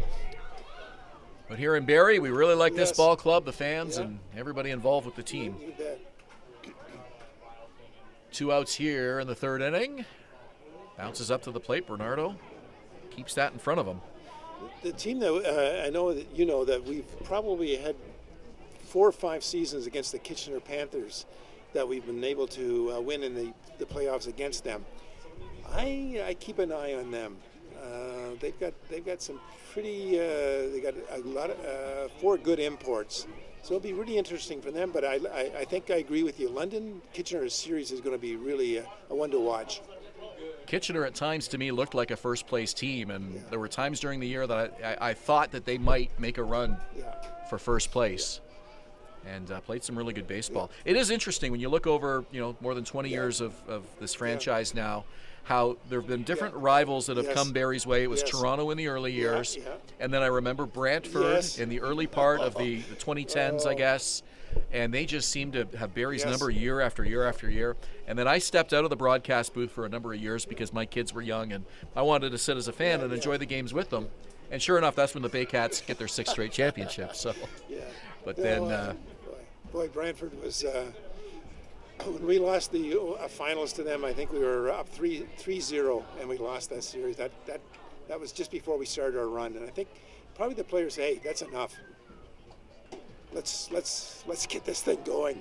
Yeah, and that's where it started. The last game that I announced in my first tenure with the Baycats was the 2010 IBL Finals, which Brantford won here in Barrie. That was a hard way for me to step out of the broadcast booth and into semi-retirement, if you could call it that, but that just did not sit very well with me at all. A called strike. Branfi Infante, here's another guy that you've gotten to know very well. And Branfi has been a good link to the Dominican in terms of players he sees down there, he knows down there, so that's a great link to have. Huge part of this organization for so many years. 3-1 pitch, fouls it back to the screen. 2 out here in the 3rd inning. Baycats and Cardinals tied at 3. Heard it. 2 aboard. Colby Ring on the mound for the Cardinals. Branfi Infante at the plate. Runners on the corners here for the Baycats, trying to get back on top after surrendering the lead in the top half of this inning. Infante, the veteran, waggles the bat as he waits for Colby Ring to deal the 3-2 pitch. Runner goes, and it's lifted to the outfield. Left side, it'll be the center fielder over for it, making the catch. Quinn Cotton, and that will do it. Dave, thank you for joining us. Well, listen, Ben, good to have you here on the 3rd inning. And hey, Ben, just keep it going. Like this is what you brought to the Baycats. Just a professional image, and just keep it going. We love listening to you, but we're better to be here at the park. Absolutely, and so good to have you here with us tonight, Dave, celebrating game number 1,000 in Baycats franchise history. 3-3, we go to the 4th. You're watching Baycats TV and Rogers TV and Cable 14 in Hamilton.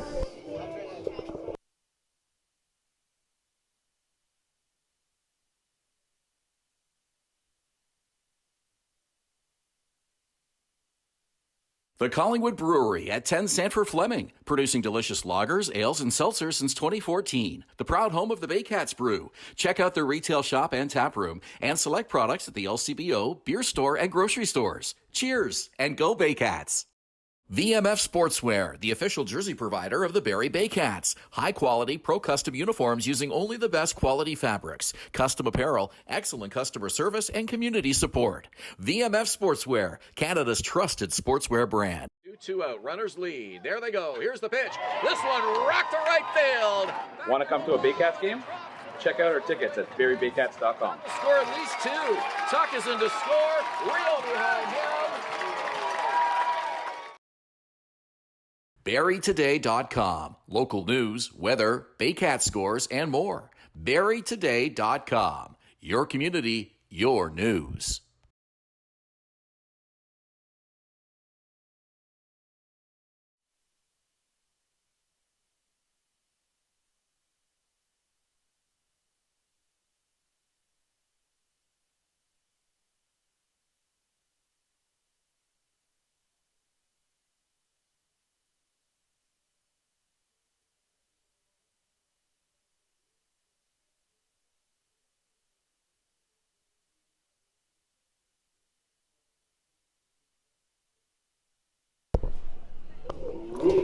Welcome back to Vintage Throne Stadium for the 4th inning of play. The 4th inning brought to you by Clarkson Bins and Junk Removal, the local source for simple, clean, and reliable disposal, bin rental, and junk removal services.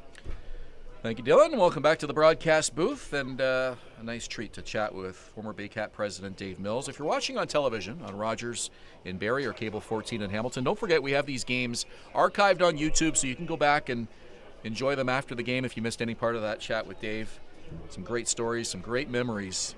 His involvement 21 years with this organization, and as mentioned, the Baycats celebrating their historic 1,000th game here tonight in this opening game of the playoffs. Tanner Rempel, Jacob Underwood, Lane Renault for the Cardinals, and this one will drop in front of left fielder Starlin Rodriguez for a base hit. Back-to-back innings now that the Cardinals have got the leadoff man aboard. And here's Underwood. Number 21, Jacob Underwood.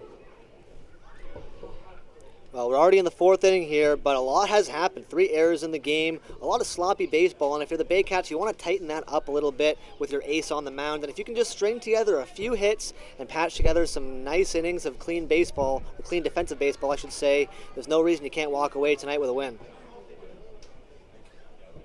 3-3 tie here in the fourth. Yeah, I know fans and certainly the managers would expect the opposite. Opening game of the playoffs, you expect this team to be sharp and at its best. And not the case tonight.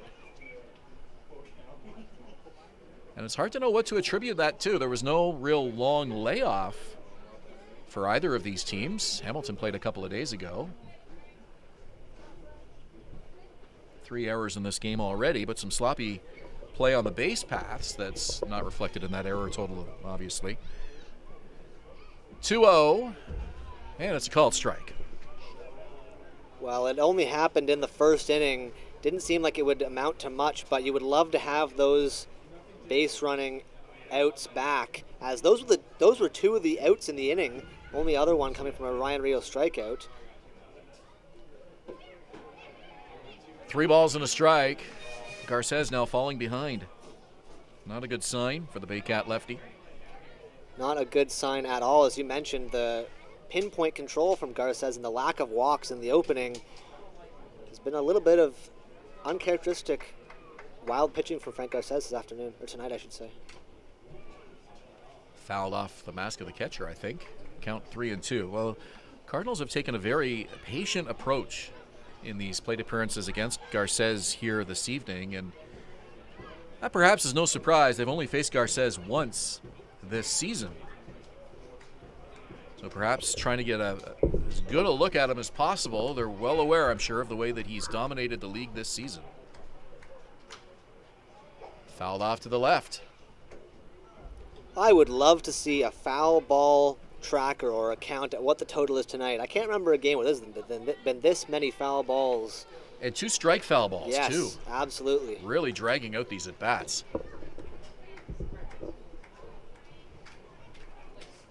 Lefty-lefty matchup, and now time is called. Underwood wants to step out, and he does. And especially in a 5-game series where every pitching appearance matters, you got to think the Baycats might like to trot Frank Garces out there one more time. And if you're the Hamilton Cardinals, getting that pitch count up and tiring out the arm of Frank Garces is the main priority. On the outfield grass, 3 Baycats converge, and colliding is Burns and Infante, and the catch is made. And Infante is down. Poor communication out there by the middle infielders. They had the left fielder Starlin Rodriguez coming in as well, and a bit of a gasp from the crowd as Infante limping out there. Last thing they want to see is him leave the game. Burns appears to be okay. Infante getting a bit of a look on that left leg, as you can see. I believe it is the right hamstring of Branfy Infante there. Or possibly the calf muscle. So the catch is made, but the more important concern here is the condition of Branfy Infante. He does a couple of little movements there to see if he's okay to stay in. He'll try to shake it off. He's obviously wants to stay in this game. And if he can, he will. And it looks like that's the plan.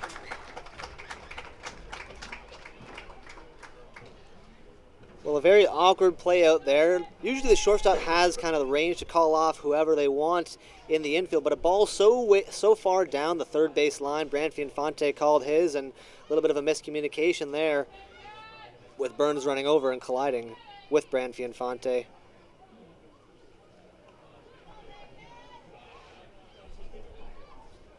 So Infante stays in the game, shaking out that right leg. We'll keep an eye on him throughout the game. Fingers crossed for him. Here's the pitch, and it's fouled back to the screen.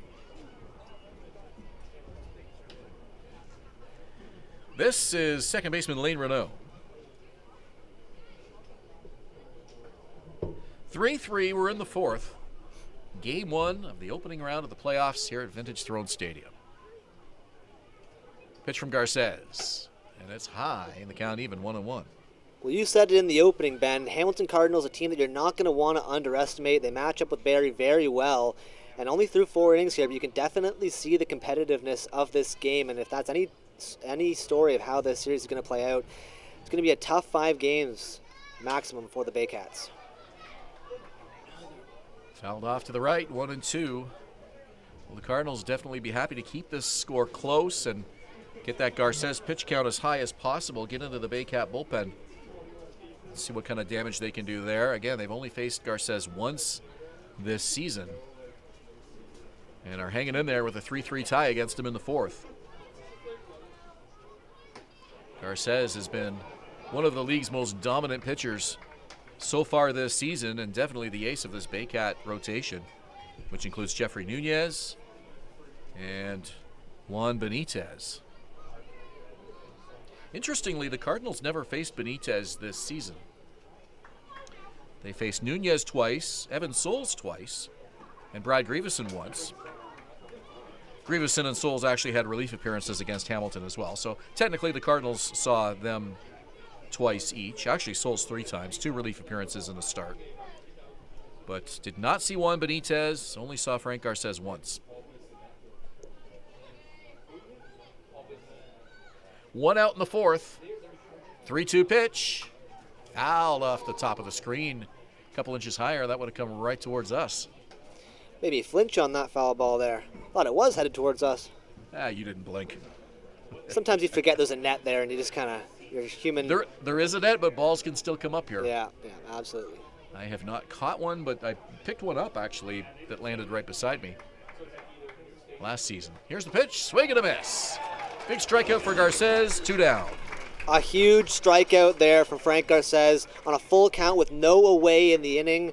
A huge strikeout there on a full count, just blowing that fastball by him. The shortstop, number 41, Brandon Daly. Daly, 0 for 1. Grounded out to the shortstop to end the second. He'll bat with 2 out here in the fourth. So key for Garces to get these Cardinal hitters in the bottom of the order, Underwood, Renault, and Daly, because things get pretty dangerous when you get to Brandon Nicholson and then some big bats behind him for the Cardinals.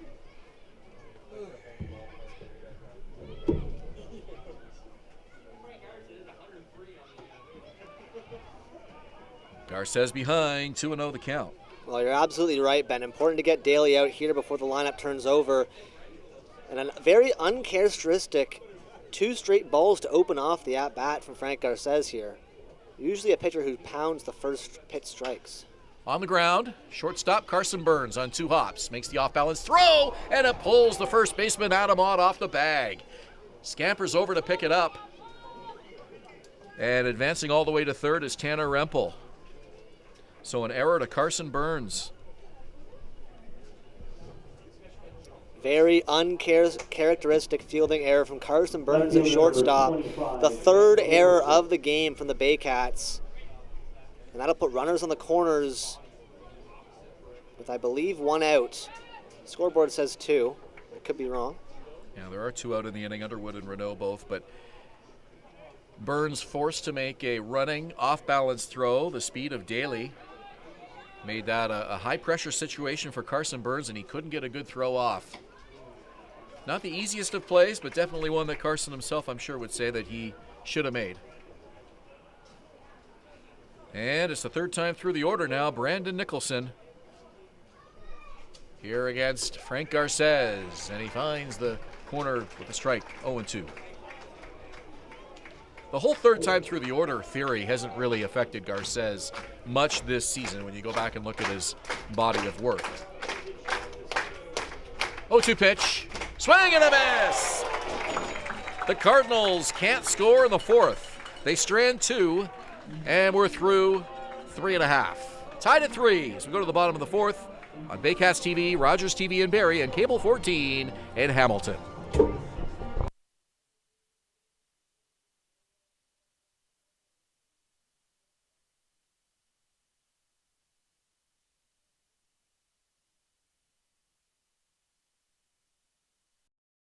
Premier North Windows and Doors is a proud supporter of the Barrie Baycats, locally owned and operated and specializing in window replacement and door installation. Simcoe County's #1 choice for windows and doors. Classic Car Wash, customizing your car wash experience using high-quality products. Their team of experts will make sure your car is shining like new when you drive away. Give your car the VIP treatment it deserves at Classic Car Wash in Barrie.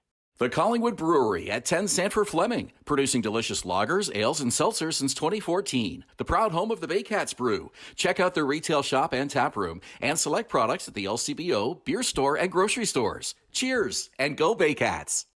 Hi, I'm Debbie Wilkes, owner of Insightful Living and licensed provider of brain echo technology, which aims to calm and balance the brain. If any of these troublesome things are troubling you, then I'm talking to the appropriate person now.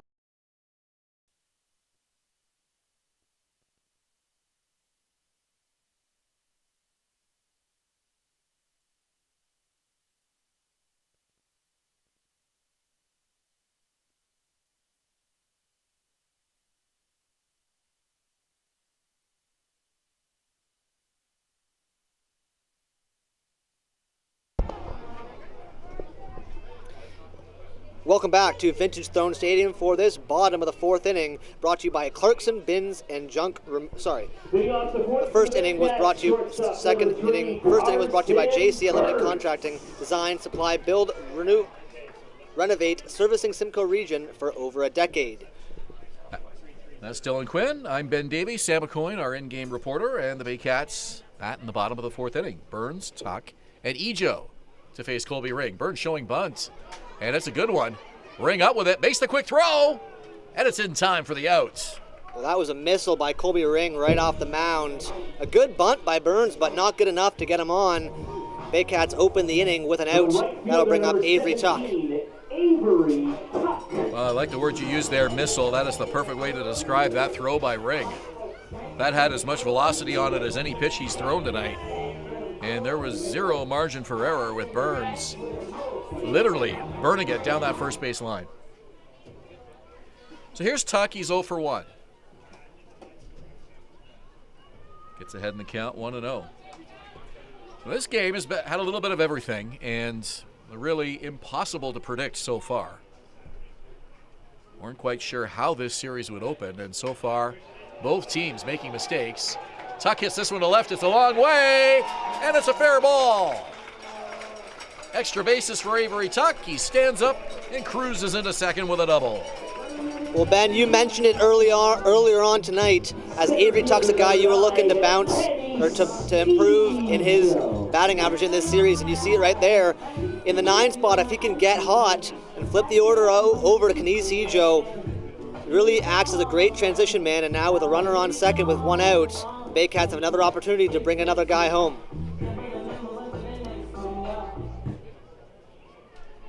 Runner at second, 1 out. Top of the order now for Kenise Ejo. He has a walk and a strikeout.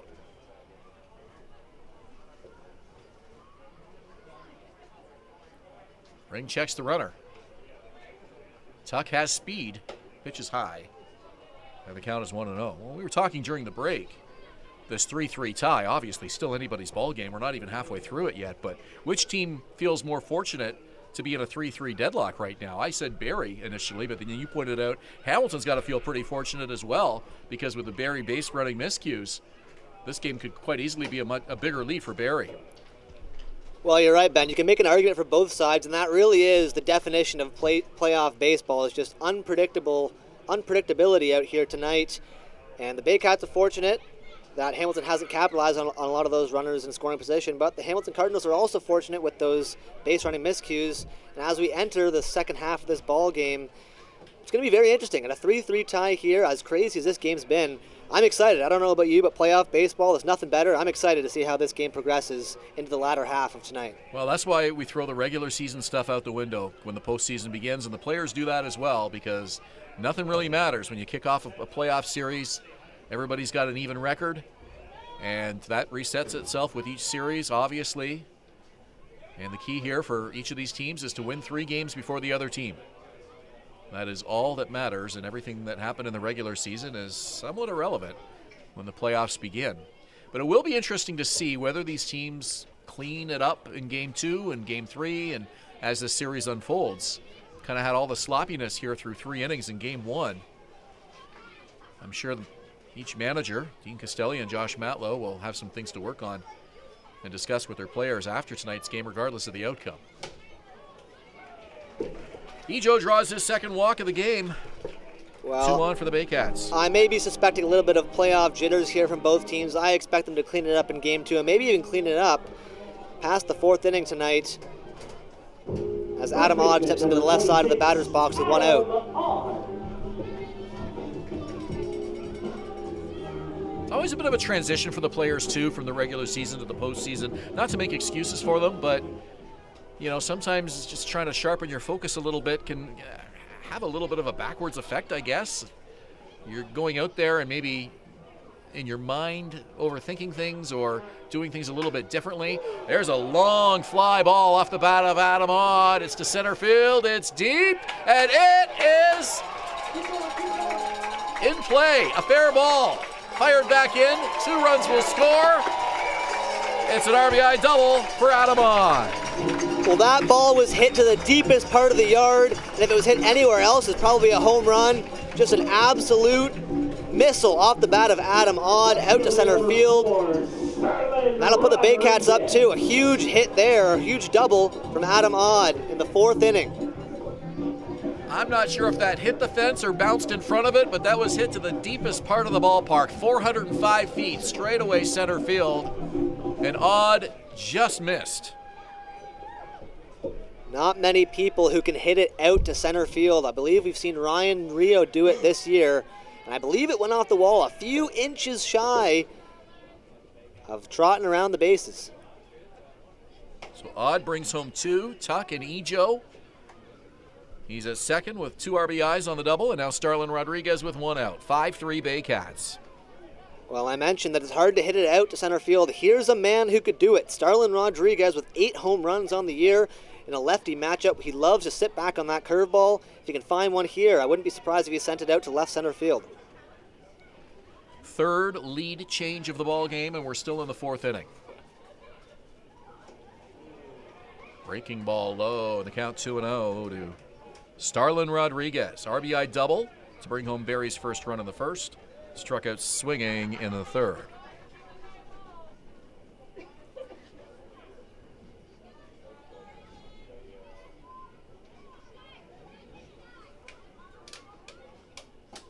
Swing and a miss, and that one had Rodriguez swinging out of his shoes. Might be trying to swing for the 405 sign there with that swing, as swinging for the fences.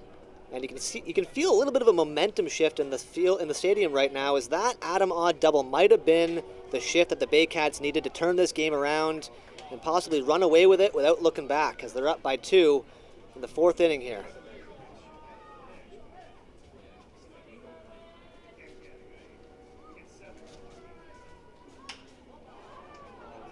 That one hit high, not very deep though. It's left center field, and it'll be the left fielder making the catch. Brandon Nicholson, 2 out in the inning. Designated hitter number 27. And here comes Rio. Number 27, the designated hitter, led the team in the regular season with 11 home runs, a .359 average. There's a reason he's in the 4-hole, because he can hit it to any part of the yard, including over the fence at 405 in center field. One of the most dangerous hitters in the IBL this year and for many years. You can see the Hamilton Cardinals trying to change their defensive alignment here to match their game plan for Ryan Rio. Yeah, catcher Luis Bernardo making some gestures to his defense. They're shifted around just a little bit to the right for Rio. Swing and a miss. Big cut.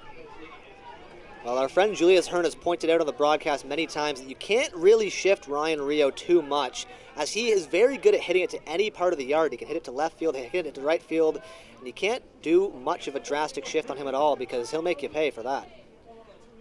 Brendan Daly right now the shortstop, keeping the runner, Adam Odd, honest at second base, as Rio fouls one off and is behind 0-2.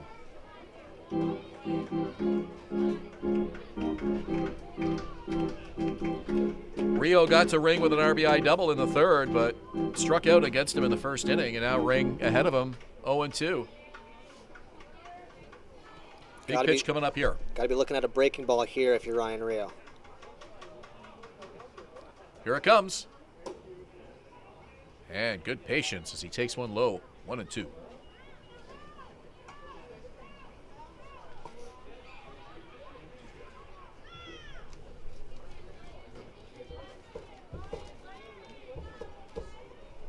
'23-year-old Colby Ring in his first IBL season. Big playoff performance here as Rio grounds it to the right side. It's into right field for a base hit.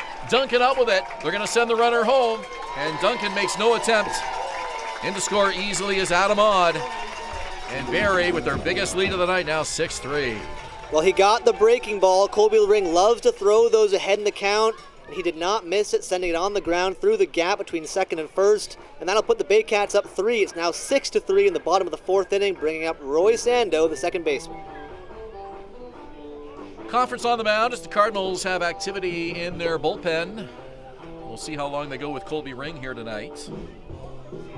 Went 7 innings in his last start. 3-7 this year with a 7.24 ERA. Excuse me, that was his, not his last start, but his longest appearance of the season. 7 innings, and it came against the Barrie Baycats, interestingly enough. That was on July 16th. He allowed just 1 hit and an 8-1 Cardinals win at home. Baycats 2-1 versus Ring this season, so this is their 4th time seeing him. Second baseman number 7, Royce Ando. We now see some action in the Hamilton bullpen as Alex Lanigan is warming up. I believe he has pitched against Barrie in their last meeting. Yeah, Lanigan has been outstanding for the Cardinals this season. Eating up those middle innings for Dean Castelli. A sparkling 4-0 record and a 2.60 ERA. 38 innings of work. He's been one of the league's best middle relievers this season.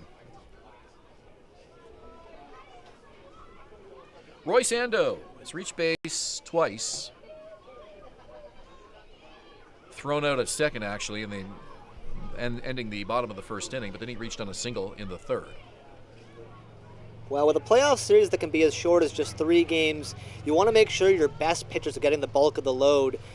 And it's always a question of whether you want to let your starter go the distance. A high pop-up. Over near the Barrie dugout. Bernardo over for it. Makes the catch. Despite a ton of distractions in front of him and around him, he had fans over there screaming at him, and obviously no help from the Baycat dugout. But he shows enough poise to stay with that and make the catch to get the Cardinals off the field. Barrie, however, scores 3 to take a 6-3 lead after 4 innings. You're watching Rogers TV in Barrie, Cable 14 in Hamilton, and Baycats TV on YouTube. Danielle May Real Estate, supporting the Barrie Baycats and ready to help with all of your real estate questions. What is your home worth? Should you sell now or wait? Danielle is dedicated to your success. The next time you think real estate, think Danielle May. VMF Sportswear, the official jersey provider of the Barrie Baycats. High-quality, pro-custom uniforms using only the best quality fabrics. Custom apparel, excellent customer service, and community support. VMF Sportswear, Canada's trusted sportswear brand.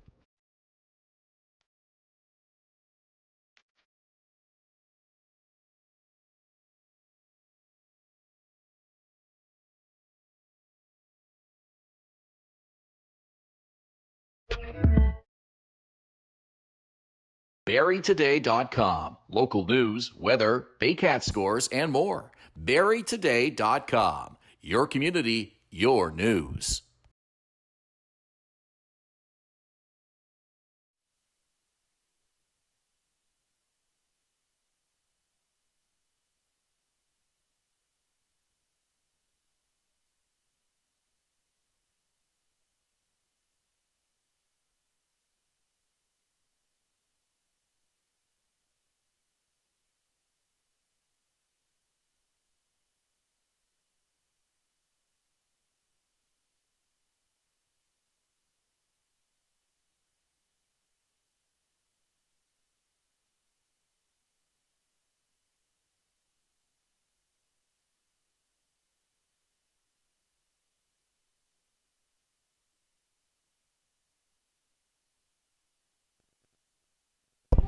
Welcome back to Vintage Throne Stadium for this top of the 5th inning with the Baycats leading 6-3. The third inning was brought to you by Phaetrim, aluminum and siding, quality above all else. Because you deserve the best.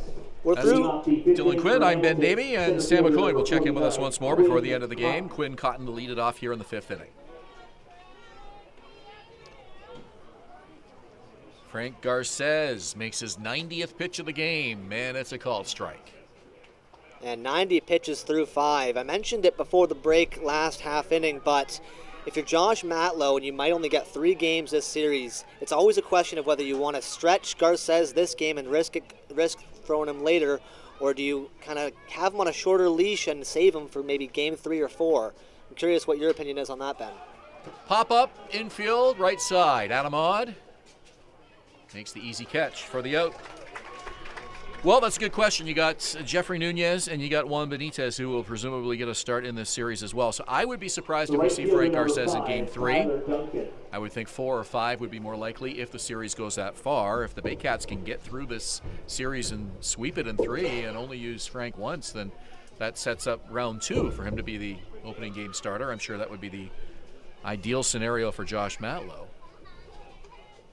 But then if it goes to game 4, do you bring Frank out there to put the nail in the coffin, or do you save him for a do-or-die game 5 situation? I guess that's the debate that people will be having around the ballpark and here at home if it gets to that point.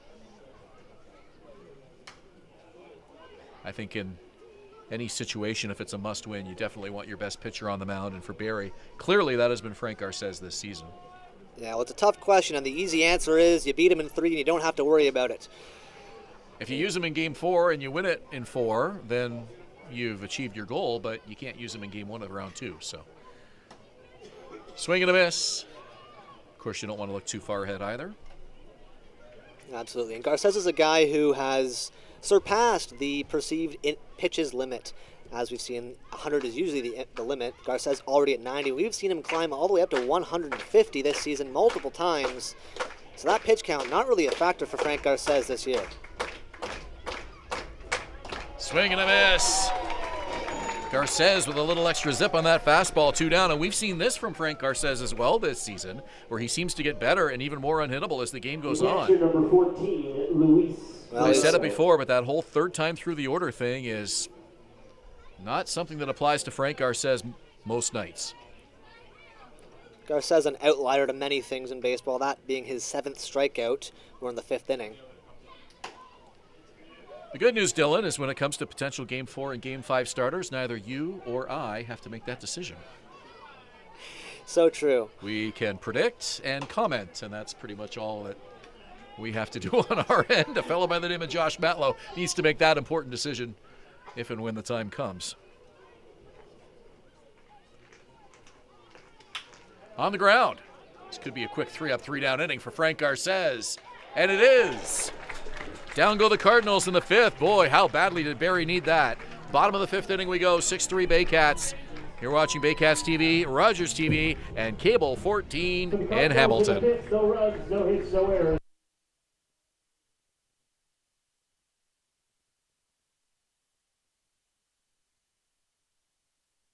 We be disturbing the peace.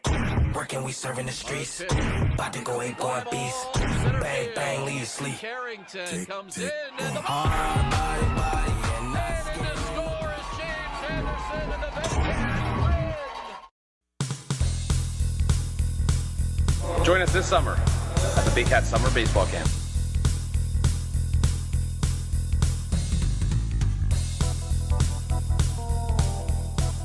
See you this summer! At Domino's, mix and match any 2 or more pizzas and sides for just $8.99 each. Like when pizza night's more like pizza and lava cakes night, or pasta and stuffed cheesy bread night, or we're gonna need a bigger table night. Mix and match Canada's favorite pizza and more at Domino's. Classic Car Wash, customizing your car wash experience using high-quality products. Their team of experts will make sure your car is shining like new when you drive away. Give your car the VIP treatment it deserves at Classic Car Wash in Barrie.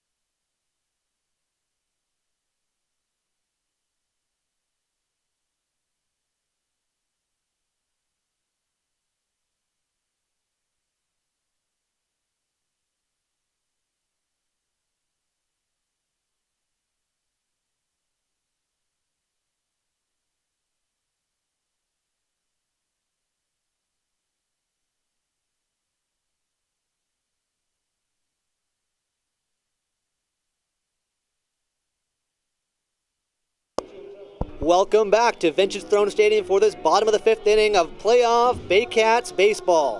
Hayden Jaco stepping to the plate, and the 5th inning is brought to you by Ital Paving. For all your residential, commercial, and industrial paving needs, providing quality service for almost 40 years, because you deserve the best. And a beautiful night for this opener of the 2023 first round of the IBL playoffs. 20-degree game time temperature, a little bit sticky, but no heat behind it, so everybody feeling comfortable tonight, even seeing a lot of hoodies and sweaters around the park. This one hit hard to left field, a long way. It is up. It is gone. Hayden Jaco with a monster blast to left field. Solo shot, 7-3 Baycats. Well, that one was gone the second it hit the bat. That went over the hedges in left field. Not a huge swing from Jaco, but that ball went a long way. Might have gone all the way under the highway. Stay safe if you're driving over there on the road. As that was gone in a hurry. Yeah, if the kids are looking for that baseball, they may need to stop traffic to do it. A long way off the bat of Hayden Jaco, and an emphatic bat flip as he took his time coming out of the batter's box. Now, Colby Ring took a few steps towards home plate as Hayden Jaco came around third. And I'm not sure if he had a word or two for Jaco. I don't want to start anything if nothing happened there, but it just looked a little unusual to see the pitcher walking so close to the guy who had just hit a home run. Maybe he wasn't quite happy with that bat flip or the way Jaco kind of took his time with the home run trot. But then when he started, he started sprinting around the bases, so it was sort of an emphatic, delayed home run trot from Hayden Jaco. Swing and a miss. Second strikeout for Branfi Infante tonight. And just a terrific curveball there from Colby Ring. We've seen the Baycats hit it quite a bit, but right there, no one's getting to that one. 5th strikeout of the night for Colby Ring. Burns hit a double tonight. 1 for 2 as he faces Ring for the 3rd time this evening. 7-3 Baycats, but for some reason this game doesn't feel quite as comfortable as the score indicates right now. No, you're absolutely right, Ben. No lead is safe tonight, I don't think. 3 Barrie errors and some very sloppy early base running. And we were fed some stats by our stats guy in the middle innings here. Already 14 hits through the game. The problem hasn't been hits, though. The problem has been runners left on bases. A total of 9 have been left out there tonight by both teams combined. Yeah, when your offense is firing on all cylinders, that can cover for a lot of other miscues, both on the bases and in the field, and that's kind of been the case tonight. The Barrie bats have been fired up, and 8 of 9 Baycats have reached base safely. Branfi Infante the only one, as this one's hit to right field for a base hit. Carson Burns aboard for the 2nd time this evening. And so if the offense was struggling, then the base running and the defensive miscues would definitely be more of a factor than they have been. Well, I was just going to mention that, Ben, as right there was hit number 11. And they do say the best defense is better offense. The Baycats are playing to that mantra tonight. 3 errors, not a problem when you can put up 7 runs on 11 hits. Now this Hamilton team can score a lot of runs in a hurry as well, too, so there's no question the Baycats won't be taking their foot off the gas pedal here tonight. Still in the bottom of the 5th inning. First pitch fouled away by Avery Tuck. Feels like we've played a full 9 innings through 5 here tonight. Definitely does, and you just mentioned it, Ben. Can't take your foot off the gas. And with Alex Lanigan warming up in the pen, we saw him come in last game versus Barrie and pitch 4 2/3 innings, not allow a single run, only 1 hit. So while Colby Ring's still in the game here, might be your last opportunity for some offense. You want to capitalize on that. With the lineup about to turn over, the 5th inning here might be your best chance for the rest of the game to tack on some runs and increase that lead. Delayed steal from Carson Burns and some really good base running there. Let's give credit where credit is due. He saw that ball bounce up to the plate, and as soon as it hit the dirt, he was off.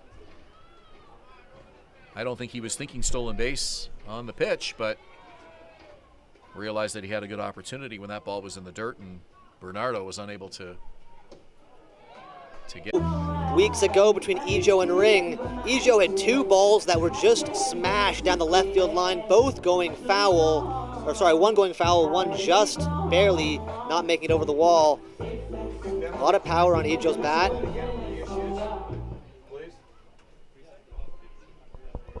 Two outs in the inning, and Ejo to bat for the 4th time tonight off Colby Ring.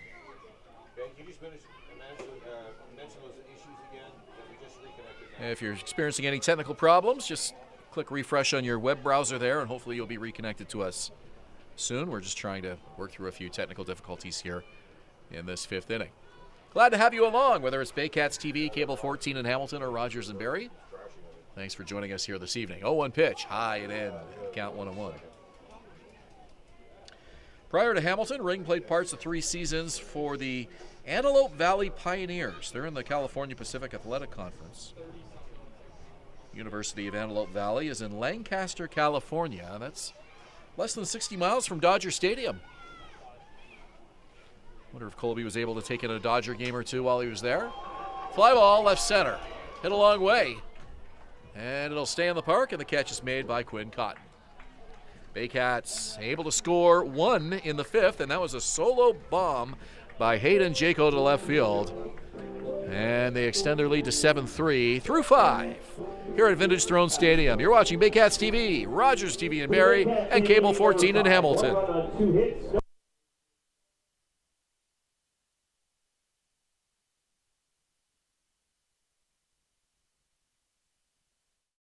Premier North Windows and Doors is a proud supporter of the Barrie Baycats, locally owned and operated, and specializing in window replacement and door installation. Simcoe County's #1 choice for windows and doors. Classic Car Wash, customizing your car wash experience using high-quality products. Their team of experts will make sure your car is shining like new when you drive away. Give your car the VIP treatment it deserves at Classic Car Wash in Barrie. The Collingwood Brewery at 10 Sanford Fleming, producing delicious lagers, ales, and seltzers since 2014. The proud home of the Baycats Brew. Check out their retail shop and tap room, and select products at the LCBO, beer store, and grocery stores. Cheers, and go Baycats! Hi, I'm Debbie Wilkes, owner of Insightful Living and licensed provider of Brain Echo Technology, which aims to calm and balance the brain. If any of these troublesome things are troubling you, then I'm talking to the appropriate person now.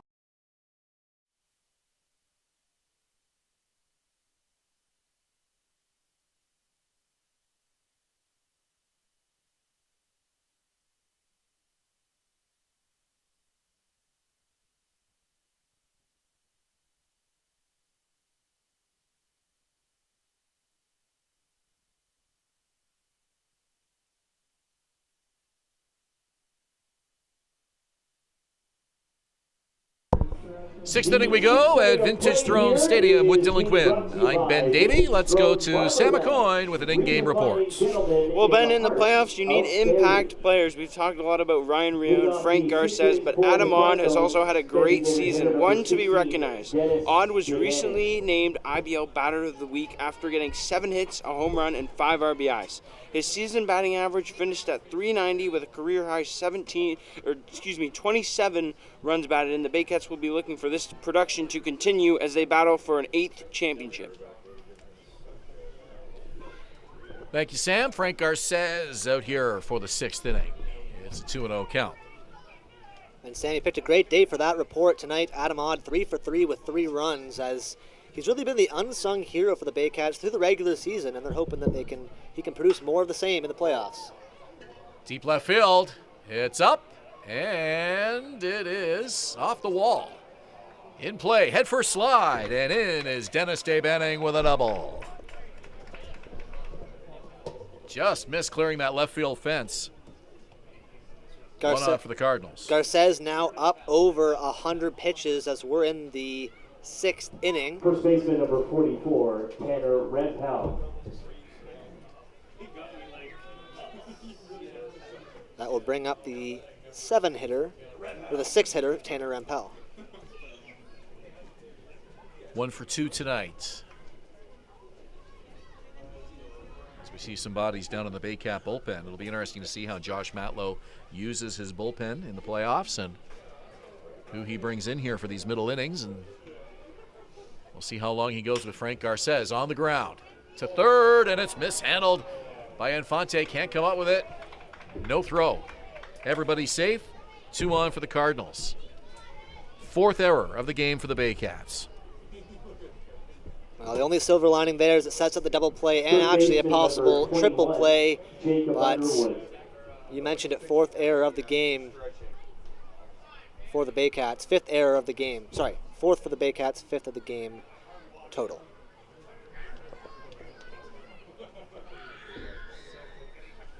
Branfy stayed in this game after a collision with Carson Burns. In case you missed it earlier in this game, 3 Baycat defenders converging on a fly ball to left field, and Branfy took the worst of it. Was hobbling around a little bit on that right leg. Not sure if that's still bothering him or not, but it's been a tough night for him on the field, out in the field. Big at bat here, Jacob Underwood with 2 on, nobody out. Cardinals trailing by 4. And that fastball still has lots of zip here in the 6th inning and up over 100 pitches from Frank Garces. We'll see if he can work out of a tough jam here with no out. Runners lead, pitch. Just missed outside.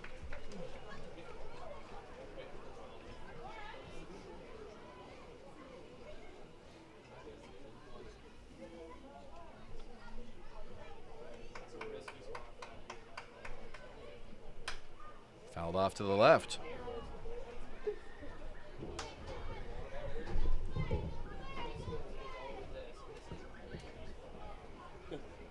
On a 2-2 count with no away, really can't afford a walk to load the bases. Crucial pitch here with Frank Garces. You have 1 pitch you can waste before a walk comes up. Fans starting to clap for their pitcher. Swing and a miss.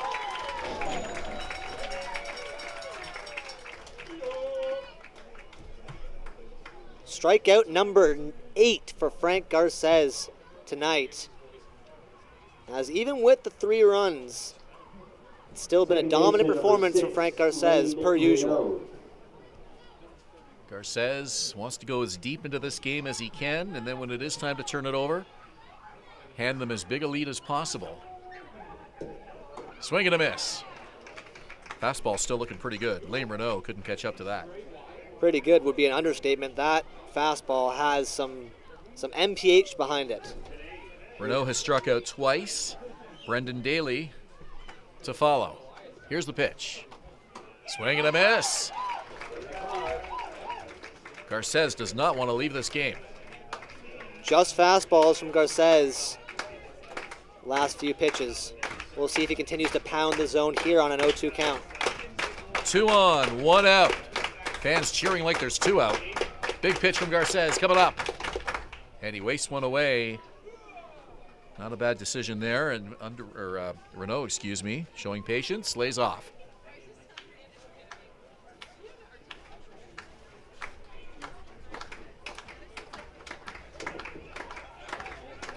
DeBanning at second. Rempel at first. Here's the pitch. And it's high. The count is even 2-2. We mentioned the runners left on base for both teams. Hamilton thus far through the game has 4. And if you're Hamilton, leaving 2 on here, down 4, we pretty deflating. Got to capitalize here if you're Lane Renault in a 2-2 count. Especially with the error to set up 2 on and nobody out. This would be an inning that you would circle if the Cardinals can't convert. 2-2. And the count is full. Great patience by Lane Renault. I think everybody in this park thought he would offer at that pitch, and he didn't. And now he's going to see a 3-2. 6th inning drama here at Vintage Throne Stadium. Baycats up by 4. Cardinals clawing away.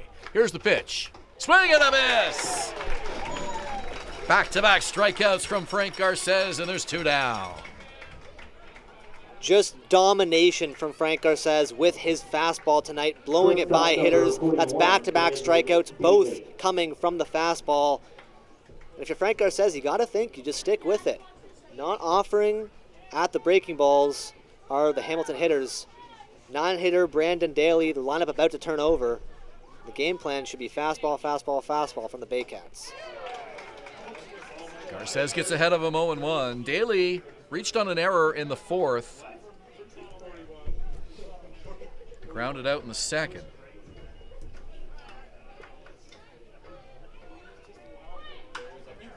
Right field, down the line, and a fair ball. Rounding second is Dave Banning into score, or Dave Banning scores. Rounding second into third is Rempel, and now the runner hung up. They get the ball in, and the throw to third gets past Branfi Infante, and the Cardinals will score 2.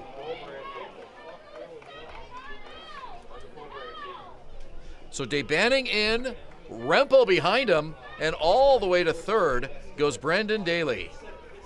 On a hard hit ball down the line. Another Baycat error. And the Cardinals right back in this game. Just like that, now a 7-5 ball game with a runner on third. The tying run stands at the plate. It's Brandon Nicholson.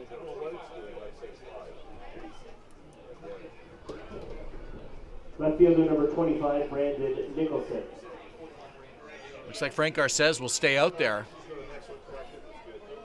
Nicholson will face Garces for the 4th time tonight. So 2 for the Cardinals in the 6th. What a clutch hit for Brendan Daly. Clutch indeed, as this ball game just got a little more interesting. And Nicholson showing bunt with 2 out. Daly, not a guy who saw a lot of action in the 2023 season, but managed 2 hits and 3 plate appearances. And as a junior call-up, was eligible despite not reaching the minimum number of plate appearances for the Cardinals. What a clutch hit there for him in the 6th inning. Nicholson tonight, 2 strikeouts, single, and scored. Garces with the 0-1, and it's high.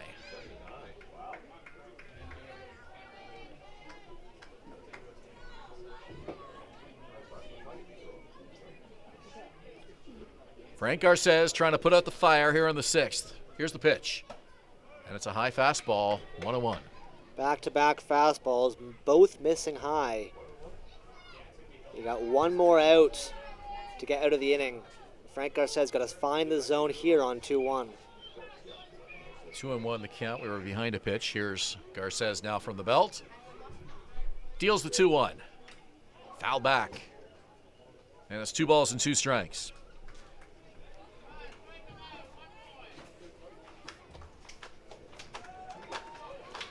Runner at third, that's Daly. 2 out in the bottom of the 6th.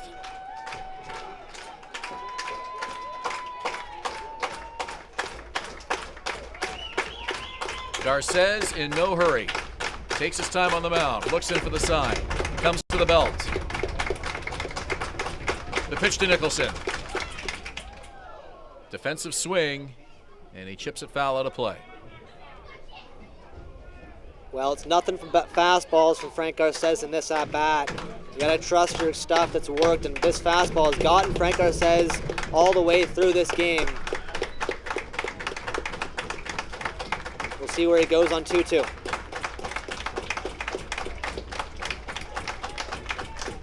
Pitch to Nicholson. It's high, the count is full. And the drama continues to build here at Vintage Throne Stadium. How much can these fans take tonight? Garces. 1 pitch away from putting out the fire here in the 6th inning. Hamilton has scored 2 already. 7-5 Barrie.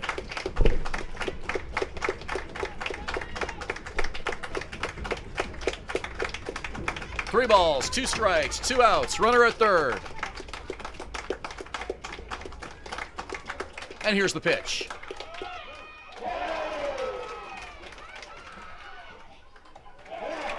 Put this team on your shoulders, Frank Garces. The Baycats get off the field leading by 2. We've played 6, 7-5 Barrie here on Baycats TV, Rogers TV, and Cable 14 in Hamilton.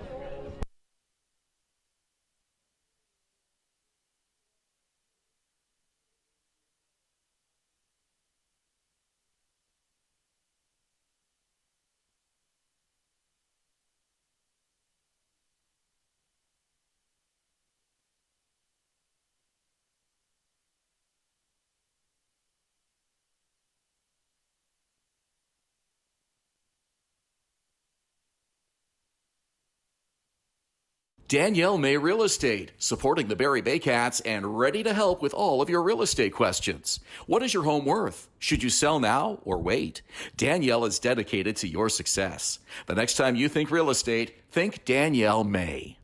VMF Sportswear, the official jersey provider of the Barrie Baycats. High-quality, pro-custom uniforms using only the best quality fabrics. Custom apparel, excellent customer service, and community support.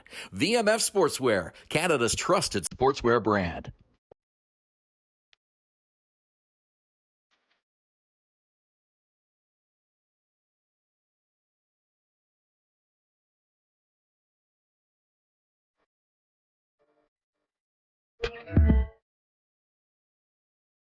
BarrieToday.com. Local news, weather, Baycat scores, and more. BarrieToday.com. Your community, your news.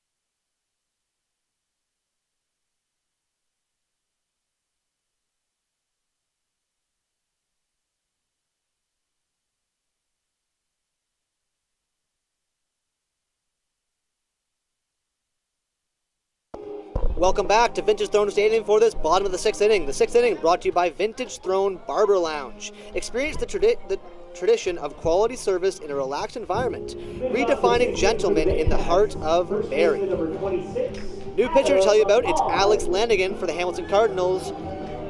Terrific year, 2.6 ERA in 18 appearances, 38 innings pitched in 18 games. Struck out 31, and in his last 15 innings, only one earned run. How are you doing, Dylan Quinn? I know it's your first season in the broadcast booth here. Can you handle the playoff pressure? Well, this is something, huh? My heart is pounding, and the energy in here is just electric.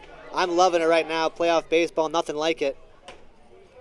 How are you doing, Ben? How's the excitement in Game 1 for you? This is what we live all summer for, these games that matter so much. And yeah, it's only Game 1, but so much can happen in a game that can dictate how a series ends up. Unlike the regular season, Odd now with a 1-2 count. Odd has reached base all 3 times tonight. 2 doubles, a single, and he has scored 3 times. Odd has been one of the Baycats' most consistent hitters this season, and Game 1 has continued that trend for him. Fouled off, 1-2. His toughest opponent of the night, and Alex Lanigan on the mound here. Lanigan's last appearance versus Barrie, pitched 4 2/3 innings, did not allow a single hit and only 1 run. Walked 1 and struck out 4. It's going to be Odd's toughest challenge of the night. Lanigan's pitch, and it misses. Count 2-2. Lanigan with 1 start in his 18 appearances, so primarily used by Dean Castelli out of the bullpen, but you look at the numbers on him, and a guy that you could potentially consider as a Game 3 or a Game 4 starter. He's put up some pretty big innings, 38 innings of work, and a big swing and a miss by Odd. He goes down for the first time tonight. We were fed some interesting stats by our analytics people in the break. Colby Ring has pitched 4 outings against Barrie this season. In the first 2, he had an ERA of 2.84. In the latter 2, he had an ERA of 17.28. Tale of 2 stories for Colby Ring, as his night is over after 5 innings pitched.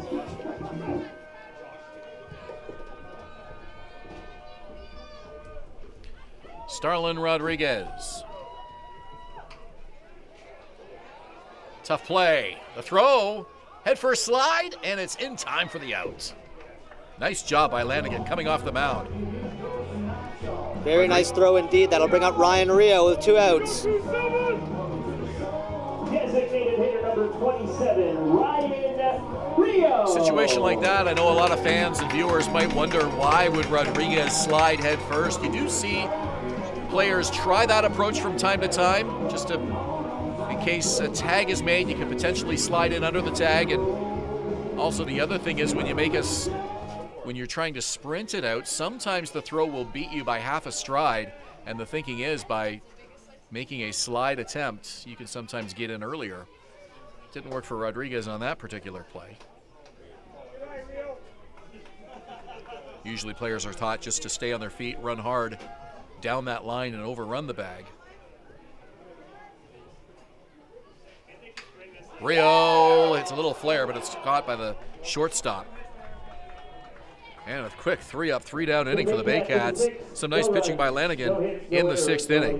Go to the top of the 7th. Baycats lead by 2. You're watching Rogers TV, Baycats TV, and Cable 14 in Hamilton.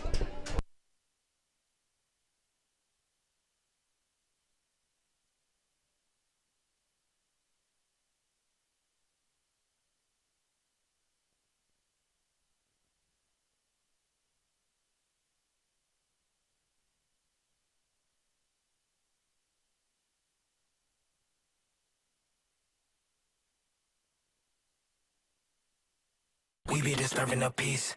Working, we serving the streets. About to go ape, going beast. Bang, bang, leave you sleep. Carrington comes in, and the Hard body, and and the score is James Anderson, and the Baycats win. Join us this summer at the Baycats Summer Baseball Camp.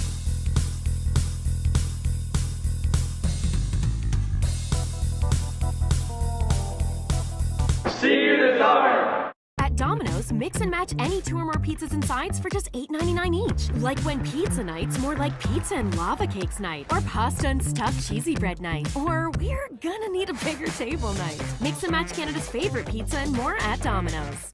Classic Car Wash, customizing your car wash experience using high-quality products.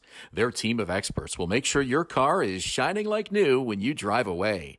Give your car the VIP treatment it deserves at Classic Car Wash in Barrie.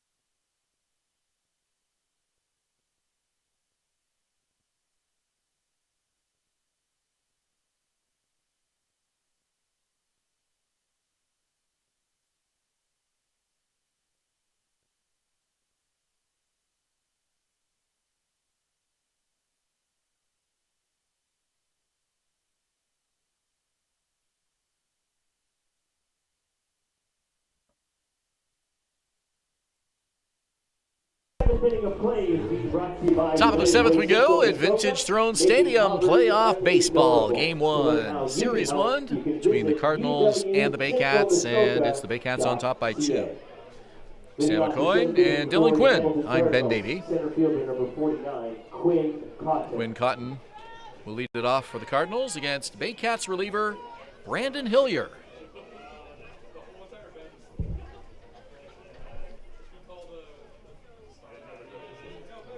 As Hillier will continue our trend of how many Brendans and Brandons can we get into tonight's game. Brendan Daly, Brandon Nicholson, and now Brandon Hillier. Hillier, an 8-year IBL veteran. This season, a 7.87 ERA with the Cats. This one hit to shallow center field, and back on the outfield grass is the second baseman, Roy Sando, one away.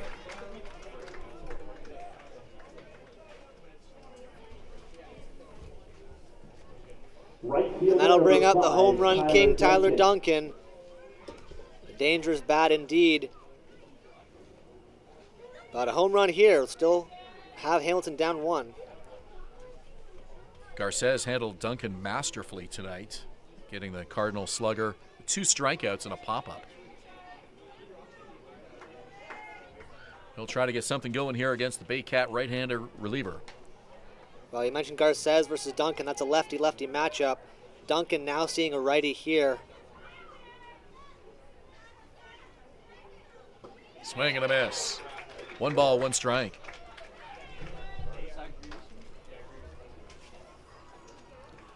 And Brad Grieveson now warming in the Baycats pen. Hillier and Grieveson have kind of alternated setup man closer roles this season. We've seen both of them in both situations. Sometimes Grieveson comes out in the middle innings, and we've seen Hillier come on to work the 9th, and tonight it's Hillier working the 7th, possibly the 8th as well if he can get a quick inning here. Left field, down the line, and foul. Ball hung up there a long time, but just nobody near it. That ball was a lot closer to the line than I think Starlin Rodriguez thought. He stopped running, and that ball just barely inched foul.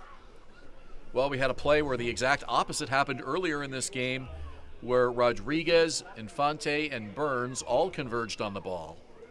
And it ended up in a collision between Burns and Infante. Infante stayed in the game.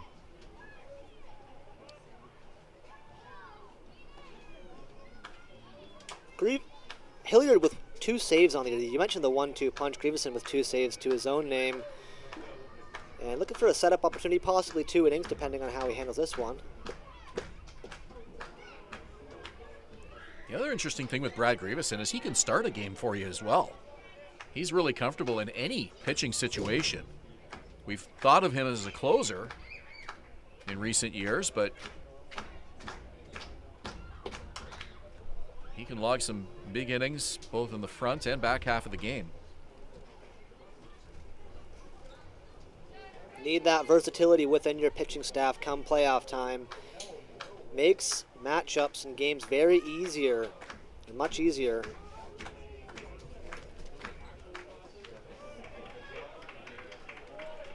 And Duncan is aboard for the first time tonight. Good patience on that 3-2 pitch. Here's Luis Bernardo representing the tying run in this game. The catcher, number 14, Luis Bernardo. Bernardo batted .289 in the regular season. Also had 6 long balls. Double play is in order with 1 away. Him, Debanning, and Duncan were really the 3 big bats in the heart of this Cardinal lineup this season that just had some big nights offensively. Huge step forward for this Cardinal team here in 2023. Staying competitive in a lot of games where they would have struggled a year ago.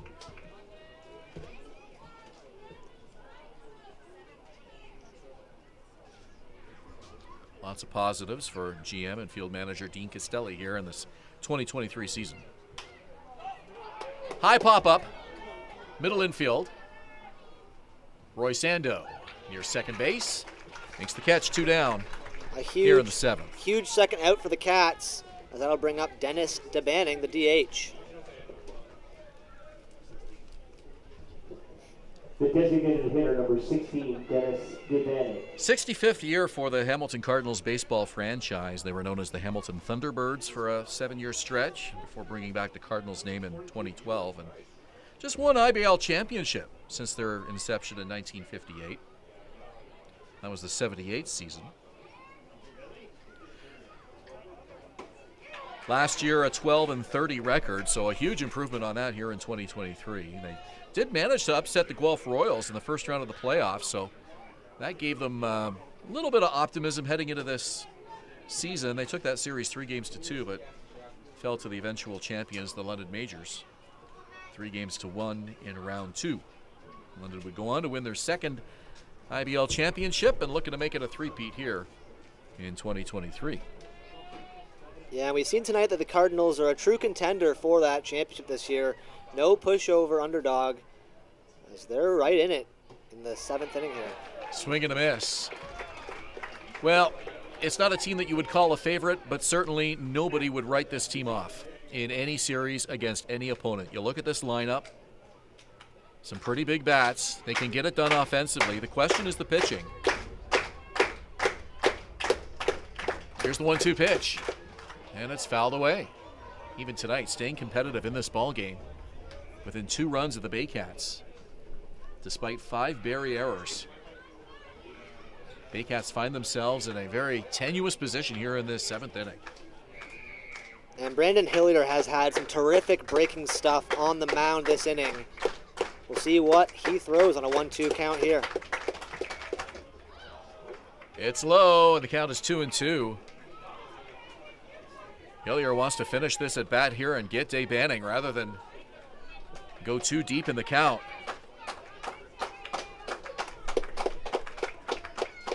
Tanner Rempel on deck. He's done some damage tonight. 2-2. Just missed, and Hillier was headed off the mound. Baycat dugout was hooting and hollering. Hillier will have to go back to the mound to deal a 3-2. Runners will be on the move with 2 outs and a full count.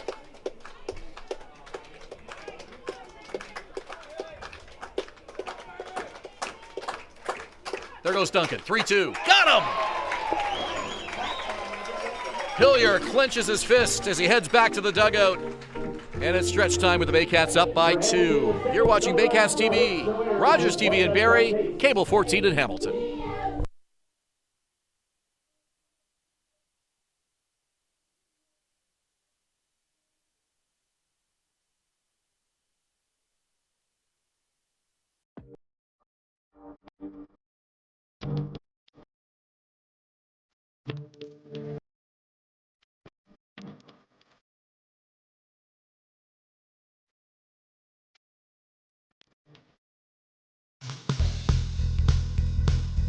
Join us this summer at the Baycats Summer Baseball Camp.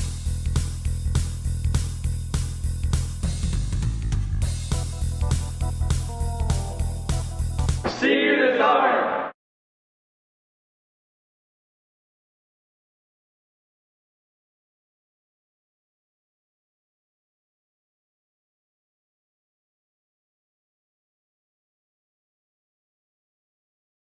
Danielle May Real Estate, supporting the Barrie Baycats and ready to help with all of your real estate questions. What is your home worth? Should you sell now or wait?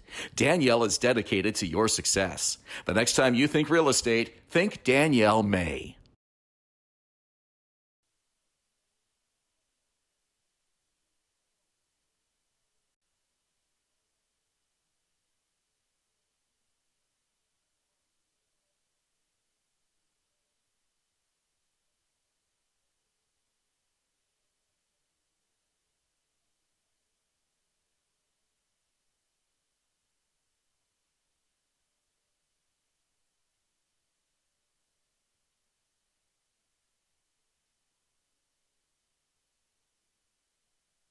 And welcome back to Finch's Throne Stadium for this ball with the 7th inning. 7th inning brought to you by United Way Simcoe Muskoka, making poverty unignorable. To learn how you can help, you can visit uwsimcoemuskoka.ca. Great crowd here tonight for this playoff series opener between the Cardinals and the Baycats. Ben Davy, Dylan Quinn, Sam McCoy. And glad to have you enjoying our broadcast tonight, wherever you may be. Ando, Jaco, and Infante to face Lanigan here in the bottom of the 7th inning. Great to see this crowd singing and clapping. A sure sign that it's playoff time. Everybody in a festive mood here tonight. That Heave Away song, I tell you, that has really caught on here this season as kind of the second 7th inning stretch song. Yeah, definitely, Ben. And I mentioned earlier, but there is a different sort of energy in the ballpark tonight. You can definitely tell it's playoff time in Barrie. Well, when you hear the fans singing and clapping and standing along, that's always a great sign. This one popped up to first base. And backpedaling and making the catch was the first baseman, Tanner Rempel. That ball drifted on him a little bit, but he makes the catch for the first out. And here comes Hayden Jaco, blasted one over the left field wall his last at-bat. And Hayden Jaco, for me, might be the X factor in this series. He's gotten catching duties tonight. If he can be the primary catcher, provide some power like that in the 6 hole, it's going to be a huge advantage for these Baycats as they make their way through the postseason. Well, I mentioned Jaco as well, and Avery Tuck, kind of my 2 players to watch in this series, and Jaco has certainly answered the call. There's a base hit to center field. Jaco aboard for the third time tonight. He hit that big monster solo shot to lead off the fifth. And Avery Tuck with a double and a run scored tonight too. So this Baycat lineup, obviously you want to see a balanced attack. And you know you're going to get some big offensive production from your sluggers, but some of these guys that have stepped into key positions here in round one of the playoffs, Tuck and Jaco among them. When those guys start firing on all cylinders, you got a very dangerous lineup here. That one buzzes inside Branfi and Fonde. Last thing he wants is to get hit by a pitch tonight. Well, definitely, Ben. Didn't seem like Alex Lanigan seemed very apologetic for that fastball. Pitch, and Infante lifts it to the left, and it is out of play. Between the dugout and the bullpen. 1-1 the count.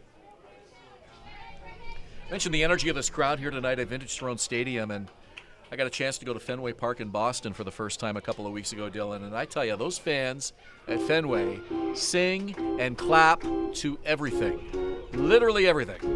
Whether it's Take Me Out to the Ball Game, Sweet Caroline, I'm Shipping Off to Boston, or just the latest Taylor Swift song. They are on their feet and singing to like literally anything that gets played throughout the night. It's just great. Well, great atmosphere. Love me some T Swift, but that's Boston, Massachusetts for you. Those Red Sox fans, those Boston sports fans in general love their teams, and I've seen a little bit of that here in Barrie, but over the shortstop and into left center field for a base hit. Infante aboard tonight for the first time, and every Baycat has reached base, and that's why we're talking about a balanced attack, everybody contributing, and that has certainly been the case here tonight. All 9 Baycats in this order have reached base at least once. Well, that's what you want to see from this lineup, with a lot of missing pieces. Josh Cote, no Noel McGarry Doyle either, but 13 hits tonight, a lot of balls in play, even some that have gone a long way. An uncharacteristic 5-run outing, 5 runs allowed from Frank Garces. You got to think that this pitching will tighten up, and if these bats can hit like they have tonight, it's going to look good for these Baycats as they move through the postseason. First pitch swinging. Carson Burns, it's playable. Shortstop makes the catch. Infield fly situation there anyways. 2 out in the inning. Well, you saw that Vladimir Guerrero Jr. situation there about a week or so ago when he let an infield pop-up drop, and they turned it into a double play because there was only a man at first, and there needs to be a runner at first and second at least for the infield fly rule to take effect. And on that play, it didn't apply. Well, I did see that play, and it's a little bit of a high IQ play, but I think it's a little bit of a gap in the rules book, as nothing you can really do to prevent that from happening. Well, Benson, the batter for the Cincinnati Reds, was kind of lollygagging his way down to first. He just totally gave up on that ball. And I think Whit Merrifield, the second baseman, might have picked up on that because Vladdy had his eye on the ball. And he probably said to Vladdy, let it drop. That's my guess. And Vladdy did. Merrifield was covering first. So they got the out there, and then the runner was hung up to dry. Just a great play.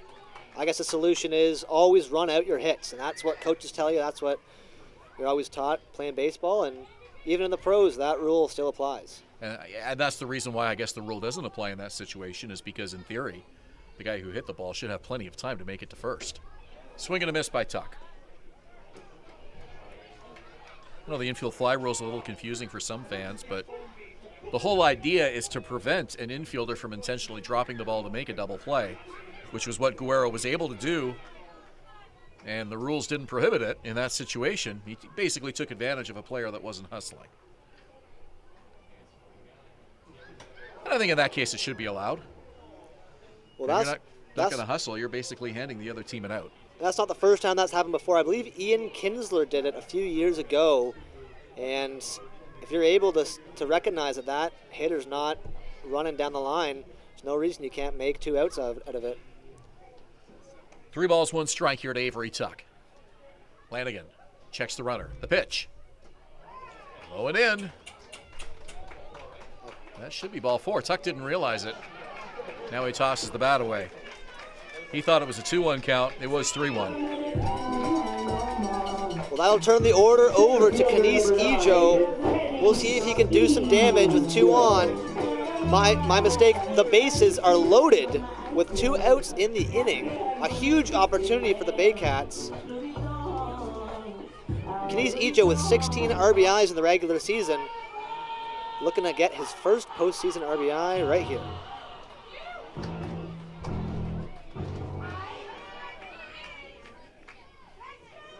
So the base is loaded. Ejo takes the first pitch for a strike. So the Baycats up 7-5 and a chance to build on that lead. But the lack of focus definitely seems to be an issue with this club here tonight. And not to come down too hard on Avery Tuck. He drew a walk, but just not being aware of the count in that situation. And that's something as a manager that you don't like to see. You want your players' head to really be in the game, be aware of the situation, i.e. the count, how many are out, who's on base and where. And I would think a little bit of cause for concern tonight. Certainly that's not the only situation tonight, but we've seen several of these guys just a little bit of a lack of focus, and in some situations it has proved costly, but fortunately for the Baycats tonight, still a 7-5 lead with this offensive attack carrying the way. Yes, you're absolutely right, Ben. The Baycats are lucky to be leading right now 7-5 with 5 errors, a few mishaps on the base paths, and some lack of focus as well. 1-2. Very close call. Bernardo thought he had it. Lanigan thought he had it. The man that matters, home plate umpire, Chubave, did not. Well, he had gotten similar calls on back-to-back pitches. Now let's see if he goes back there on the 2-2. Because this is a situation where if you go back there again, often the home plate umpire will give it to you. Here's the pitch. And swinging is Ejo, and he fouls it off to the right. Count will hold.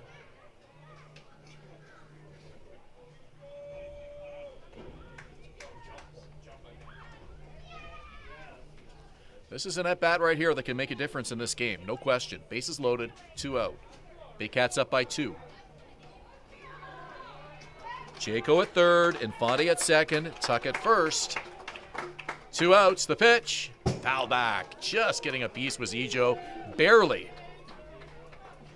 Barely, indeed. Just caught the bat by a whisker. And if you're Kenise Ejo, you don't want to do too much. Just do your job, get on base, take a walk, whatever it takes, because as a leadoff man, you got the 2, 3, 4 guys on deck, and Adam Odd with how hot he's been tonight, and even in the past week, just winning hitter of the week. That foul back just sounded like the rustle of a sheet of paper. 2 balls, 2 strikes. Lanigan deals. And the count is full. Nowhere to put Kenise Ejo. And if you're Lanigan, you want to come right at him because Adam Odd is on deck. And nobody wants to face Adam Odd with the bases loaded. Kenise Ejo, a very disciplined hitter, 30 walks on the year. He's not going to chase many pitches out of the zone. Swung on and missed. Clutch pitching by Lanigan. And a couple of fist pumps as he crosses the third base line and heads back to the dugout. Baycats leave the bases loaded in the bottom of the 7th inning, and the Cardinals are fired up as they come out of the dugout. High fives all around for their clutch reliever in this 7th inning. Go to the 8th. Baycats up by 2 on Rogers TV, Cable 14 in Hamilton, and Baycats TV.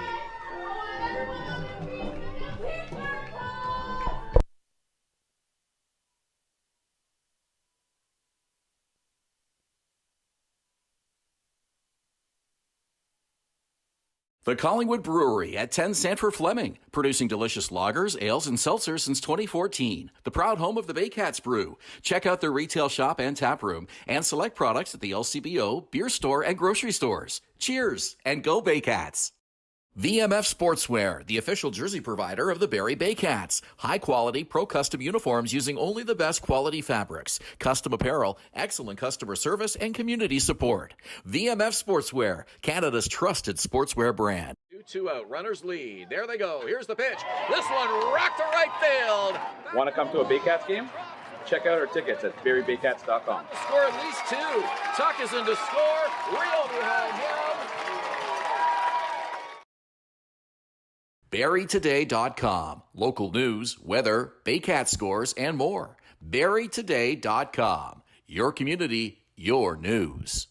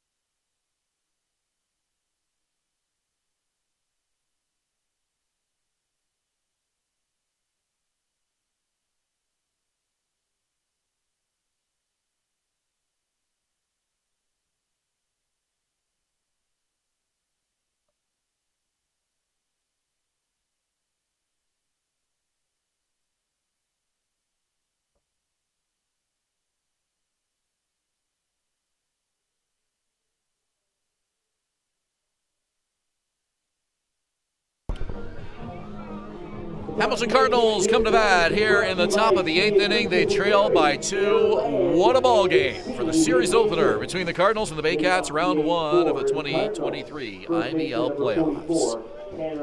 Tanner Rempel, Jacob Underwood, Lane Renault due up for Hamilton here in the 8th.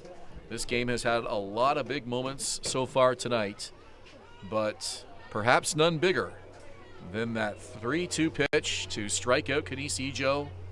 Boy, Lanigan was pumped up as he came off the mound. And why not, with the Baycats leaving the bases loaded in the 7th inning?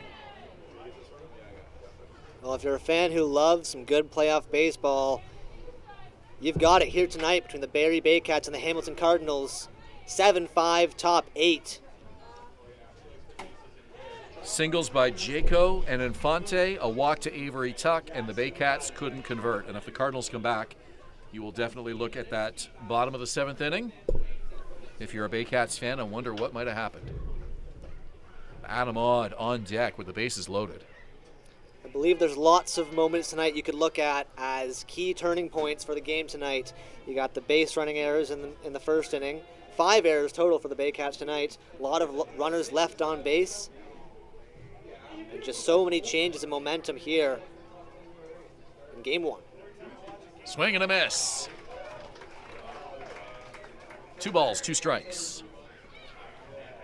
Brandon Hillier on in relief of Frank Garces. Battled hard tonight for the Baycats. Behind a team that has committed 5 errors in this ball game. Here's the pitch. High pop up. Is it playable?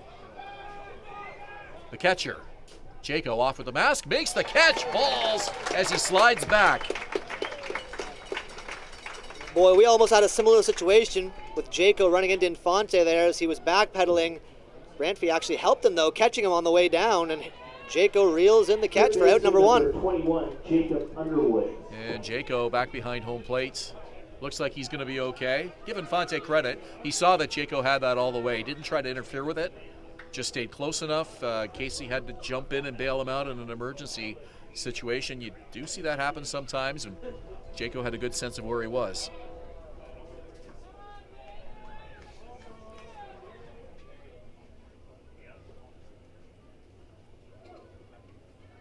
A lot of moments tonight where, especially on the Barrie defensive side of the ball, where it just kind of seems like the communication's been a little bit out of whack. But Infante and Jaco were able to handle that one. Hillier working quickly on the 1-0. He's behind 2 balls and no strikes. And the walks have been the issue for Hillier this season with 11. However, tonight, we've seen some great stuff out of the bullpen, some great moving stuff. And with 4 outs to his name, we'll see if he can get number 5 and number 6 coming up here. Foul back to the screen, count 2-1.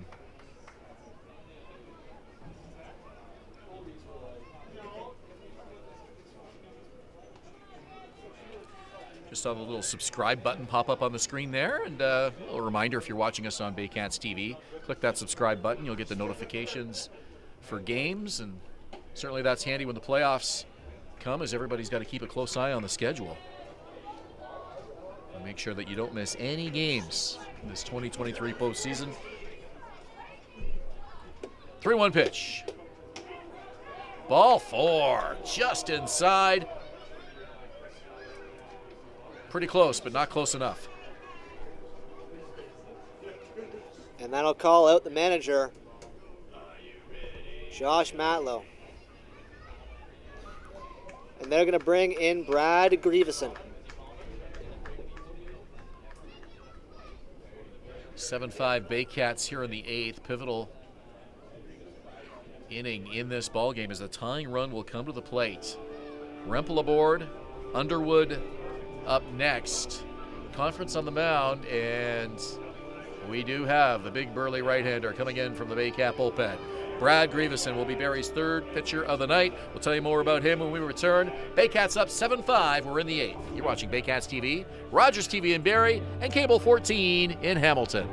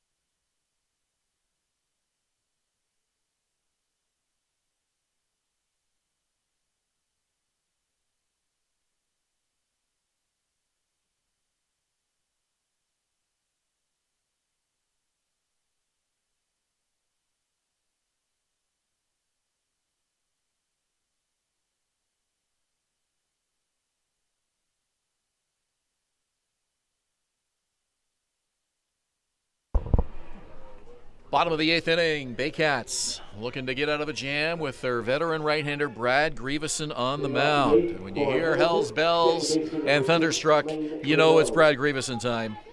And a high-pressure situation here for the veteran with one on, nobody out. Cardinals trailing by 2. Jacob Underwood. First pitch swinging, and he dunks it into right center field. Rounding second is Rempel, into third. They're going to send him home. Nope. Yes, he's going to go for it. Here's the throw from the cutoff man. Not in time. Rempel scores. Underwood to second. It's 7-6.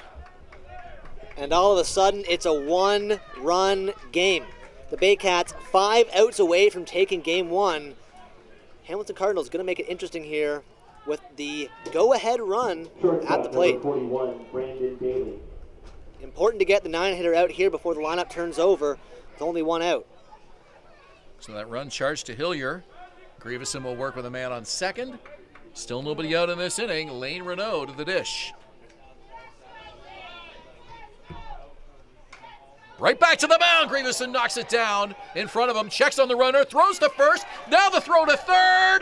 And it's backhanded by Infante. He's unable to come up with it. Runner is safe. Heads up play by Brad Grieveson. Nearly made the catch.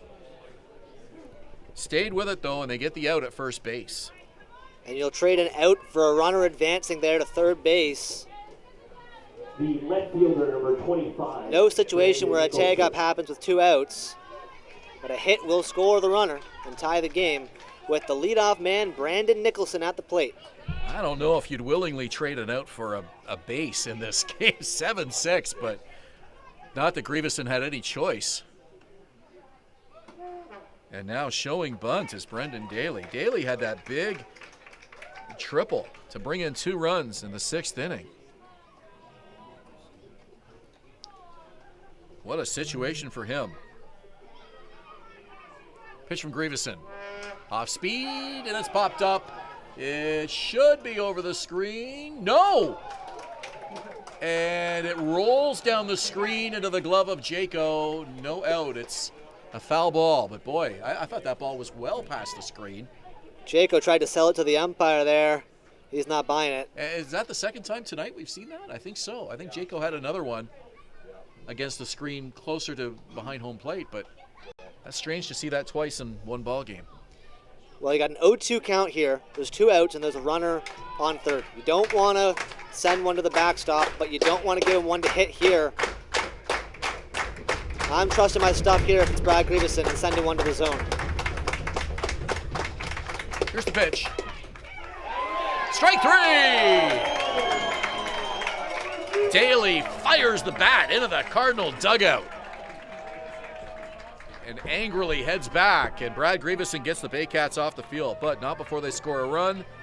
Hamilton does to make it a 7-6 ball game as we go to the bottom of the 8th inning. You're watching Baycats TV and Rogers TV in Barrie.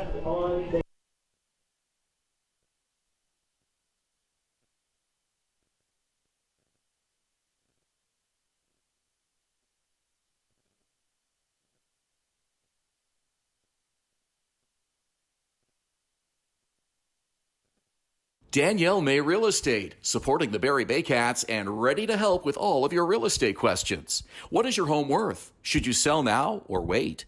Danielle is dedicated to your success. The next time you think real estate, think Danielle May. VMF Sportswear, the official jersey provider of the Barrie Baycats. High-quality, pro-custom uniforms using only the best quality fabrics. Custom apparel, excellent customer service, and community support. VMF Sportswear, Canada's trusted sportswear brand.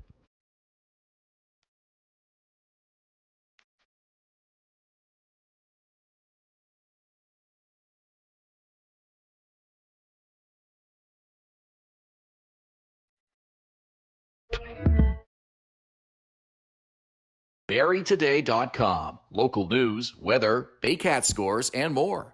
BarrieToday.com. Your community, your news.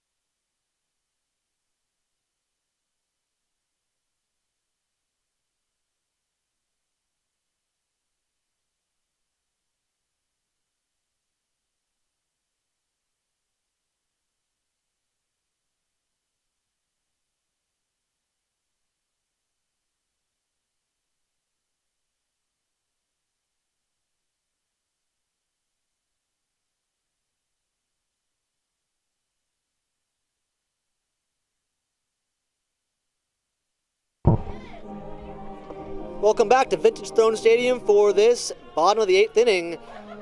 The 8th inning brought to you by Expedia Cruises in Barrie. Air, land, and sea vacations.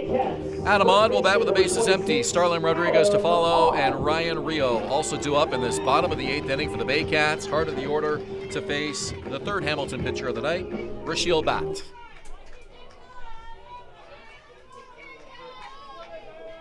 The right-hander with a leg kick and the delivery, and it's a called strike. Bat has appeared in 12 games, 20 innings this season, sporting an ERA just a tad bit shy of 9. And if you're the Baycats in what might be your last inning to hit of the game, Odd Rodriguez-Rio is not a bad starting 3. Count 1-1. You get the sense that this is just such an important inning for the Baycats. So much has happened here tonight to bring them to this bottom of the 8th, leading by a run, and you get the sense that a 1-run lead against Hamilton in the top of the 9th is going to be very, very tenuous. Swing and a miss. Well, when 13 runs have crossed the plate thus far tonight, you're absolutely right, Ben. And you see Adam Odd swinging for the fences there. If you're the Baycats, you kind of have to cross at least one and give yourself a 2-run cushion. 1-2 to Odd. Taking all the way, and the count is even. And again, you go back to that bottom of the 7th inning and that clutch strikeout by Lanigan, getting Canisijo with the bases loaded. Odd would have been the man to follow if that inning had have continued. Much easier to face him with the bases loaded and nobody out. Bat with a 2-2. Left side, through into left field. Shortstop dives, but not nearly enough time. Sounded like he may have broken his bat there, did Adam Odd, for his 4th hit of the night. You said it there, Ben. Would have liked him with the bases loaded, but they'll take him with none on, as he'll set the table for Starlin Rodriguez, a man on and no out. Starlin Rodriguez to bat now. 1 for 4 tonight. Brad Grievous had mentioned to me before the game something that I wasn't aware of. The Baycats have 3 Rookie of the Years in their franchise history. Brad, of course, was one of them in his first season in the IBL. This man right here was Rookie of the Year in his first season, and the other, Adam Odd, with the Burlington Herd in his rookie season. So 3 Baycat Rookies of the Year. And Odd and Rodriguez back-to-back in this lineup for the Baycats tonight. And it wasn't on the Baycats roster, but Hayden Jaco, also a Rookie of the Year recipient for the London Majors. Pitch on the way. And it's low. The count, 1 ball, 1 strike.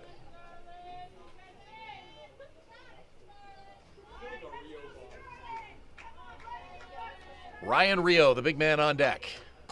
1 on, nobody out.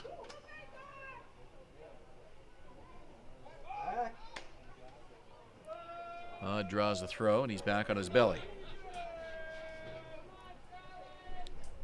Baycats 7, Cardinals 6. We're in the 8th.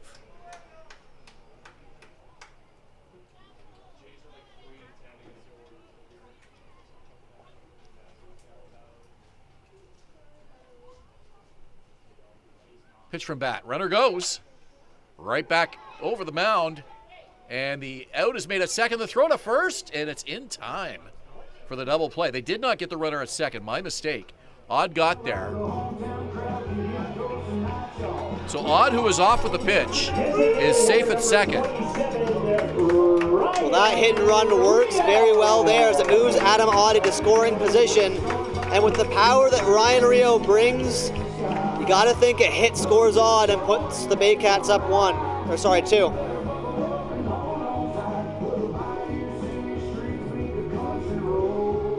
What a great time it would be for Ryan Rio's first postseason long ball of the season.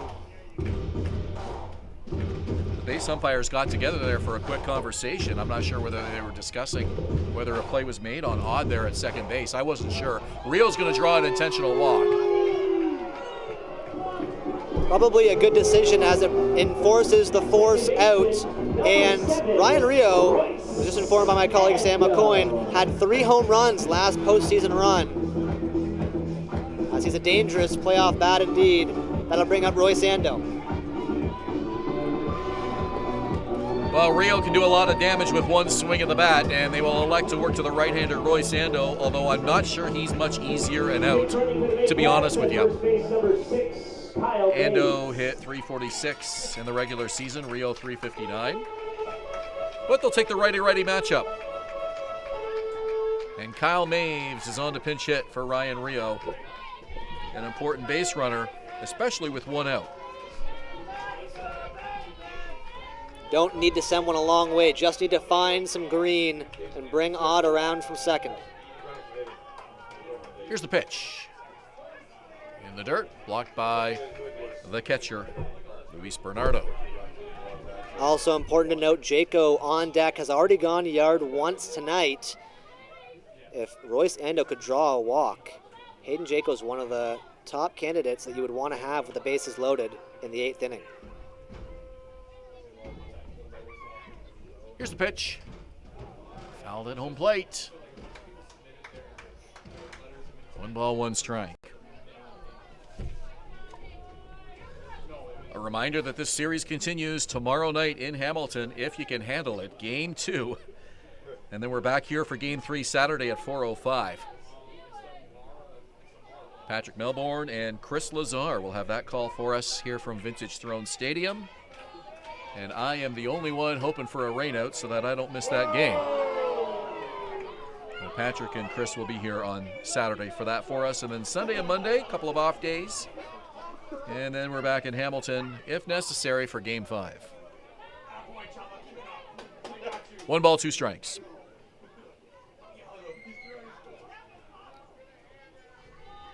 Bat to Ando. Off speed, and it's low ball. 2-2-2. And that outside corner has been cause for controversy from both sides tonight, from umpire Chubave. And you got to think when they go back there on a 1-2 count, Royce Ando's got to protect that side of the plate a little bit more, knowing that the calls have come from there tonight. Bat dangles that right arm, the hand almost touching the dirt as he looks in for the sign.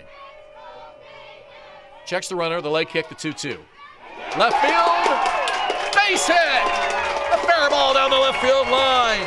Odd gets the wave in, as does Maves right behind him. The throw is cut off, and the Baycats lead by 3. And the move to pinch run Ryan Rio for Kyle Maves proves to be the right call, as Maves comes all the way around from first to score. And all of a sudden, it's 9-6 Baycats with a runner on second and Hayden Jaco up to the plate. Catcher number 55, Hayden Jaco. Bat insurance so important against a team with the big bats like the Hamilton Cardinals. A 3-run lead now for Barrie. They'll look to tack on some more here. Still 1 out in the bottom of the 8th inning.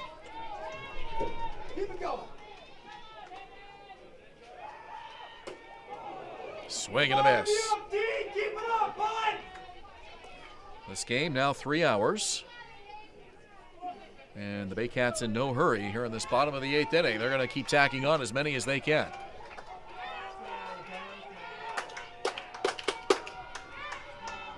Oh, 1. Bounces up to the plate. Hey, Dave, try the shift next, you nerd! Busy night behind the plate for the catcher, Luis Bernardo. Kept that one in front of him. And Ando stays at second. With 9 runs crossing the plate tonight, you got to love what you've seen from this Baycats offense. 15 hits as well. That's any indication as to how this offense will perform in the playoffs. Definitely a good sign. Fouled over the screen.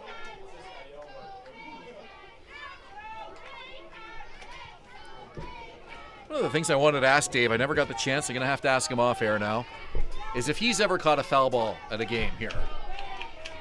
Because a guy who came to games for 21 years and only missed 1 game because of his daughter's wedding, you would hope, or you would just think, just the odds, sheer math, that at some point he's going to catch a foul ball. And if he caught it, did he return it for a toonie? Well, if he's sitting in the booth, I would have to say the odds are pretty slim, but... I'm told it was a loony back then.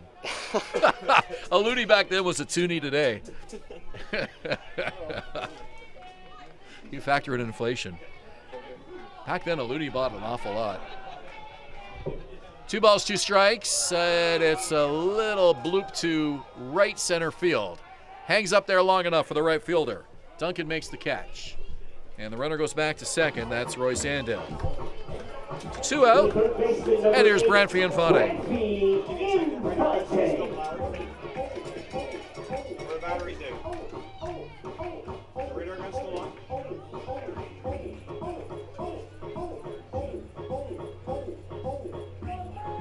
Yes, no? It's on? Branfy Infante tonight has reached base once in 4 at-bats. He's had a busy night defensively. A lot of balls hit to that side of the infield tonight. both in the air and on the ground. First pitch, swing and a miss. I don't know about you, Patrick, but I'm still thinking about that Royce Ando double into left field. What a patient at bat. He found his pitch, didn't try to do too much, and just hit it over the infielders and into the left field side. Just a terrific at bat from Royce Ando. 0-1 pitch, and it's a ball and a strike. Yeah, he drove that ball right down that left field line and landed in the perfect spot. Clutch hitting to bring home a pair.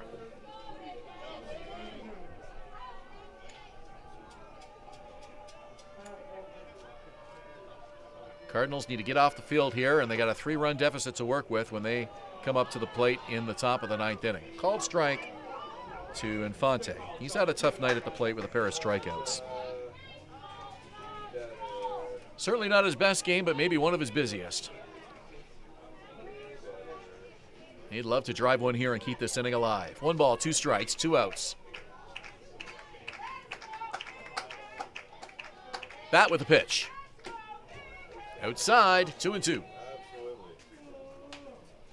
And for the Baycats, you lose Josh Cote, you lose Noel McGarry-Doyle, but you gain Brandon Infante, who came back just before the playoffs began, and you also gain Royce Ando, who was only logged 52 regular season at-bats.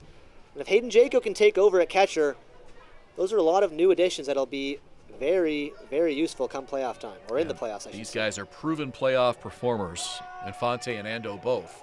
Strike 3. Infante frozen at home plate.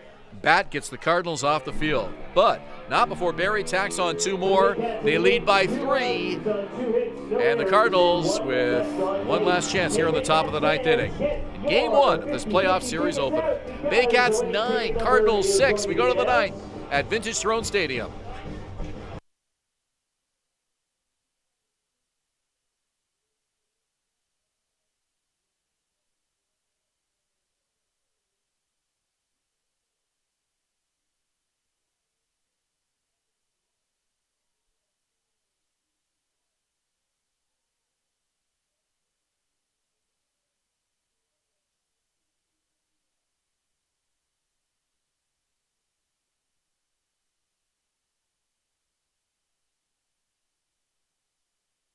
We be disturbing the peace. Working, we serving the streets. About to go ain't going beast. Bang, bang, leave you sleep. Carrington comes in, and the Hard body, and and the score is James Anderson, and the Baycats win. Join us this summer at the Baycats Summer Baseball Camp.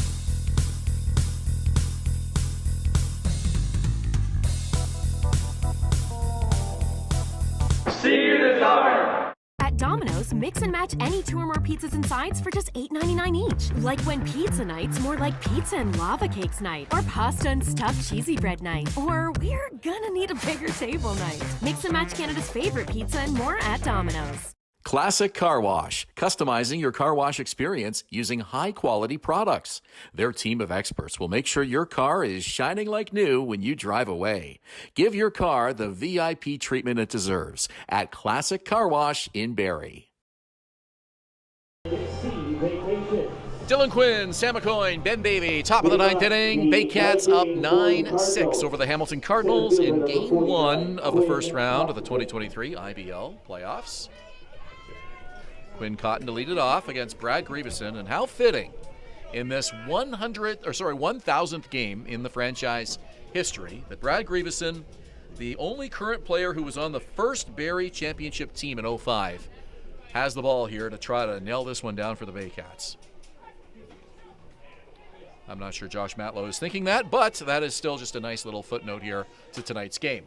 This one fouled off to the right side. Check that radar guy again, please. It's probably dead. Baycats have several champions on this squad from the previous decade, the 6 straight championships that they won prior to the pandemic. But Brad is the only one from that first team in 2005 that won the championship that first year.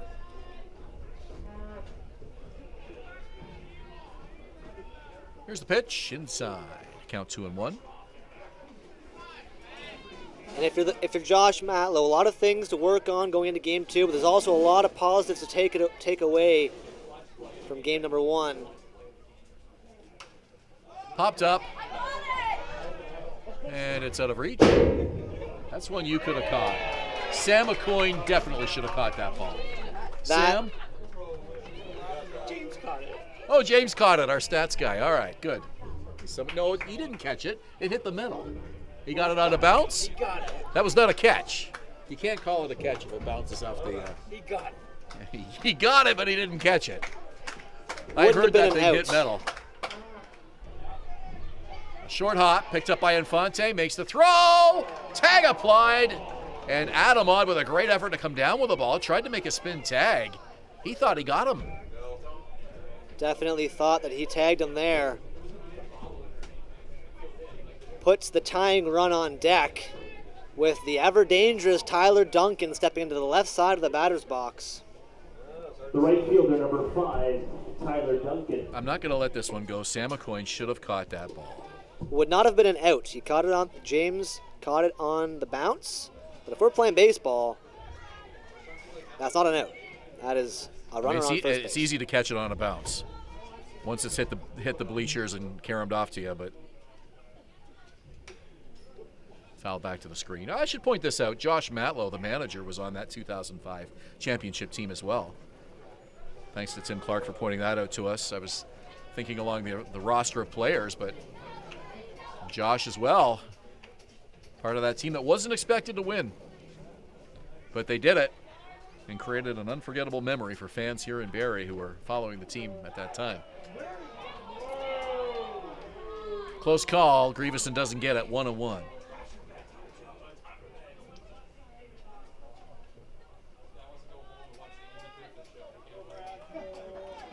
If the Baycats lose this game, I'm blaming Sam McCoy for not catching that ball.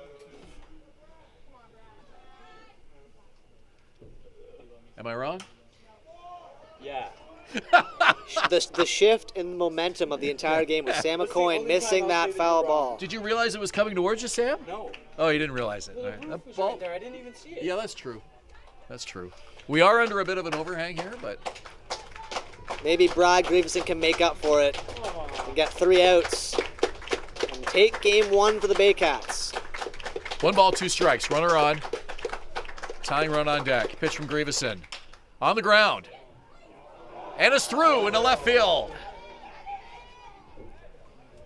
Well, both Infante and Burns made an attempt. That ball just had eyes. Squirted right between them. Hit perfectly into the gap from Tyler Duncan. That'll bring up the 4-hitter Luis Bernardo. He represents the tying run with no out in the inning and a runner on second and first. Who knows, Ben? Hopefully Brad Grieveson can turn yet another triple play.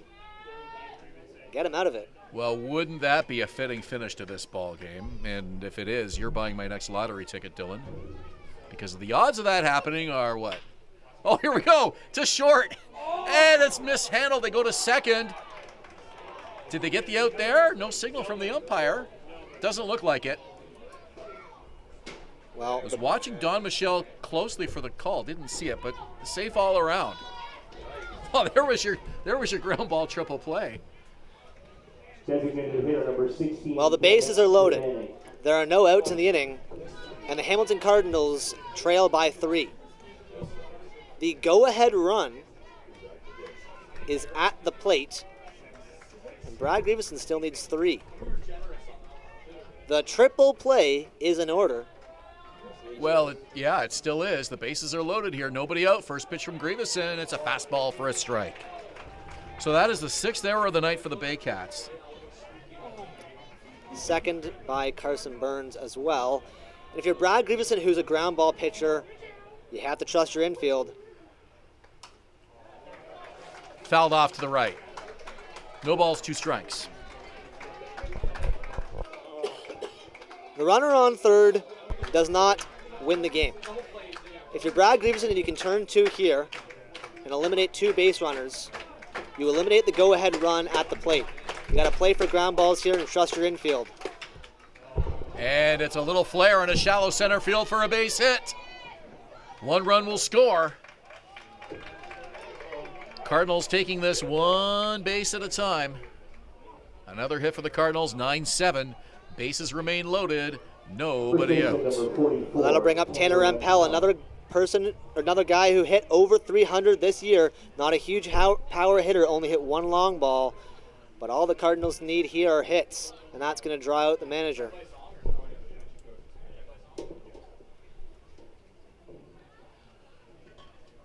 So they'll talk this one out with nobody out here in the 9th inning and discuss how they want to pitch Rempel. Activity in the Baycat bullpen. Looks to be Evan Souls. How important were those 2 insurance runs for the Baycats now in that bottom of the 8th inning?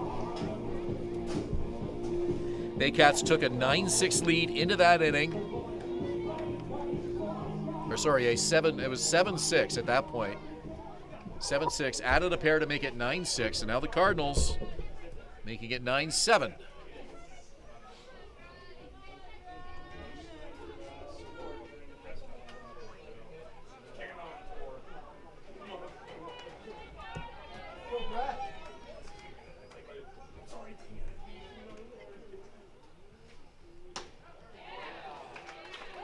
So Duncan at third, Bernardo at second, Dave Banning at first, Tanner Rempel at the plate.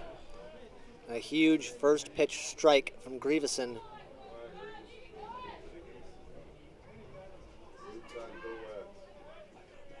Brad needs a strikeout here really bad, or a pop-up. Here's the pitch, and it's low. Count 1-1. Would you trade a run for a double play here? I would. With the 7, 8, 9 hitters coming up, if I'm playing some baseball hypothetical, I would trade a run for a double play here. Sure, Brad would love a ground ball here. Of course, he had one earlier in this inning. Down the line, foul. Dangerously close. Count 1-2. Best case scenario, you get strike 3 here, and then a ground ball double play from Jacob Underwood to end the game. Important to keep the ball in the infield if you're Brad Grieveson. And now Grieveson steps off. Time is called. Loose object on the field. It's a baseball and is tossed back to the Barrie dugout. Jaco goes halfway to the mound to make a last-minute decision with his veteran right-hander. Jaco's done a great job tonight behind the plate. Can't overstate that enough. Hasn't done a lot of catching this season, but he's done a good job handling the pitchers and the defensive duties behind the plate as well. 1-2 pitch. Goes to the backstop. Jaco up with it. And the run scores. Count is 2-2. Make it a 9-8 ball game. Runners advance. And no more double play here, so you got to hope for a strikeout on a 2-2 count. Tying run 90 feet away. Go ahead run in scoring position. This crowd behind Brad Grieveson every step of the way here, every pitch. 2 balls, 2 strikes. He deals. And it's to left field. It's caught by Starlin Rodriguez. No play, runner stays put. Well, he's just going to walk that ball in for the first out. A huge first out at that. I thought for sure we'd see that runner tag at third, but that's Luis Bernardo, below average speed on the bases. So everybody stays where they are, 1 out in the inning. We've seen the Cardinals very patient on the base paths tonight. No double play intact here. And a base open at first. Got to keep the ball in the infield. Yeah, if you're Luis Bernardo, last thing you want is to get thrown out at home plate representing the tying run. So still just 1 out. He'll hope for another opportunity here with Jacob Underwood at the plate. Lane Renault on deck. Good call, Chubba. Underwood today has reached base twice, 2 for 4. The pitch. Fouled off. 0-2. Well, if you wanted some drama, you found it here tonight at Vintage Throne Stadium for Game 1 of the IBL postseason between the Baycats and the Hamilton Cardinals. Boy, I don't know about you, Ben. My heart is racing. These fans are clapping. Second baseman Roy Sando in on the grass. The shortstop midway. Here's the pitch. Swing and a miss!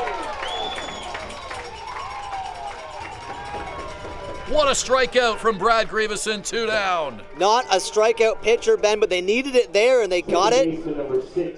Just a great pitch, great fastball, blew it by him. And the fans can kind of take a breath here, but not quite. Still 2 outs. An out will get them out of the game and out of the inning. It's Lane Renault, the second baseman. Can Brad Grieveson get the 3rd out to nail down this win? Can Lane Renault keep the game going with a clutch hit? 2 outs in the inning. Pitch is high. 1-0 to Renault. Renault today has struck out 3 times. Advanced a runner with a ground ball in the 8th. He is due, and what a bigger moment than this one right here. 1-0 pitch. Swing and a miss. 1 ball, 1 strike. You needed that strike there from Brad Grieveson. Would have been tough to come back from 2-0, but 1-1, very, very manageable here. You got to trust your stuff. That fastball's been on. All you need is 1. Doesn't matter how you get it. Here's the pitch.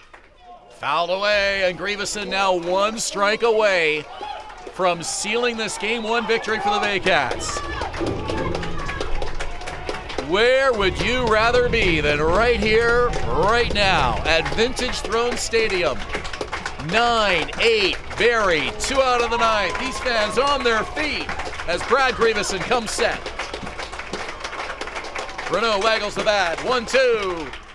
Ground ball to short. The throw in time for the out.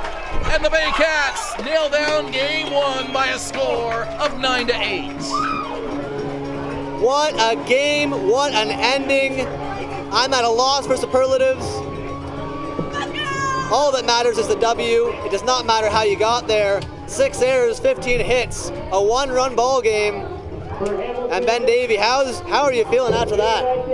Did you hear the silence that fell on this ballpark when that ground ball reached Carson Burns? Nobody was taking anything for granted on a night where the Baycats commit 6 errors.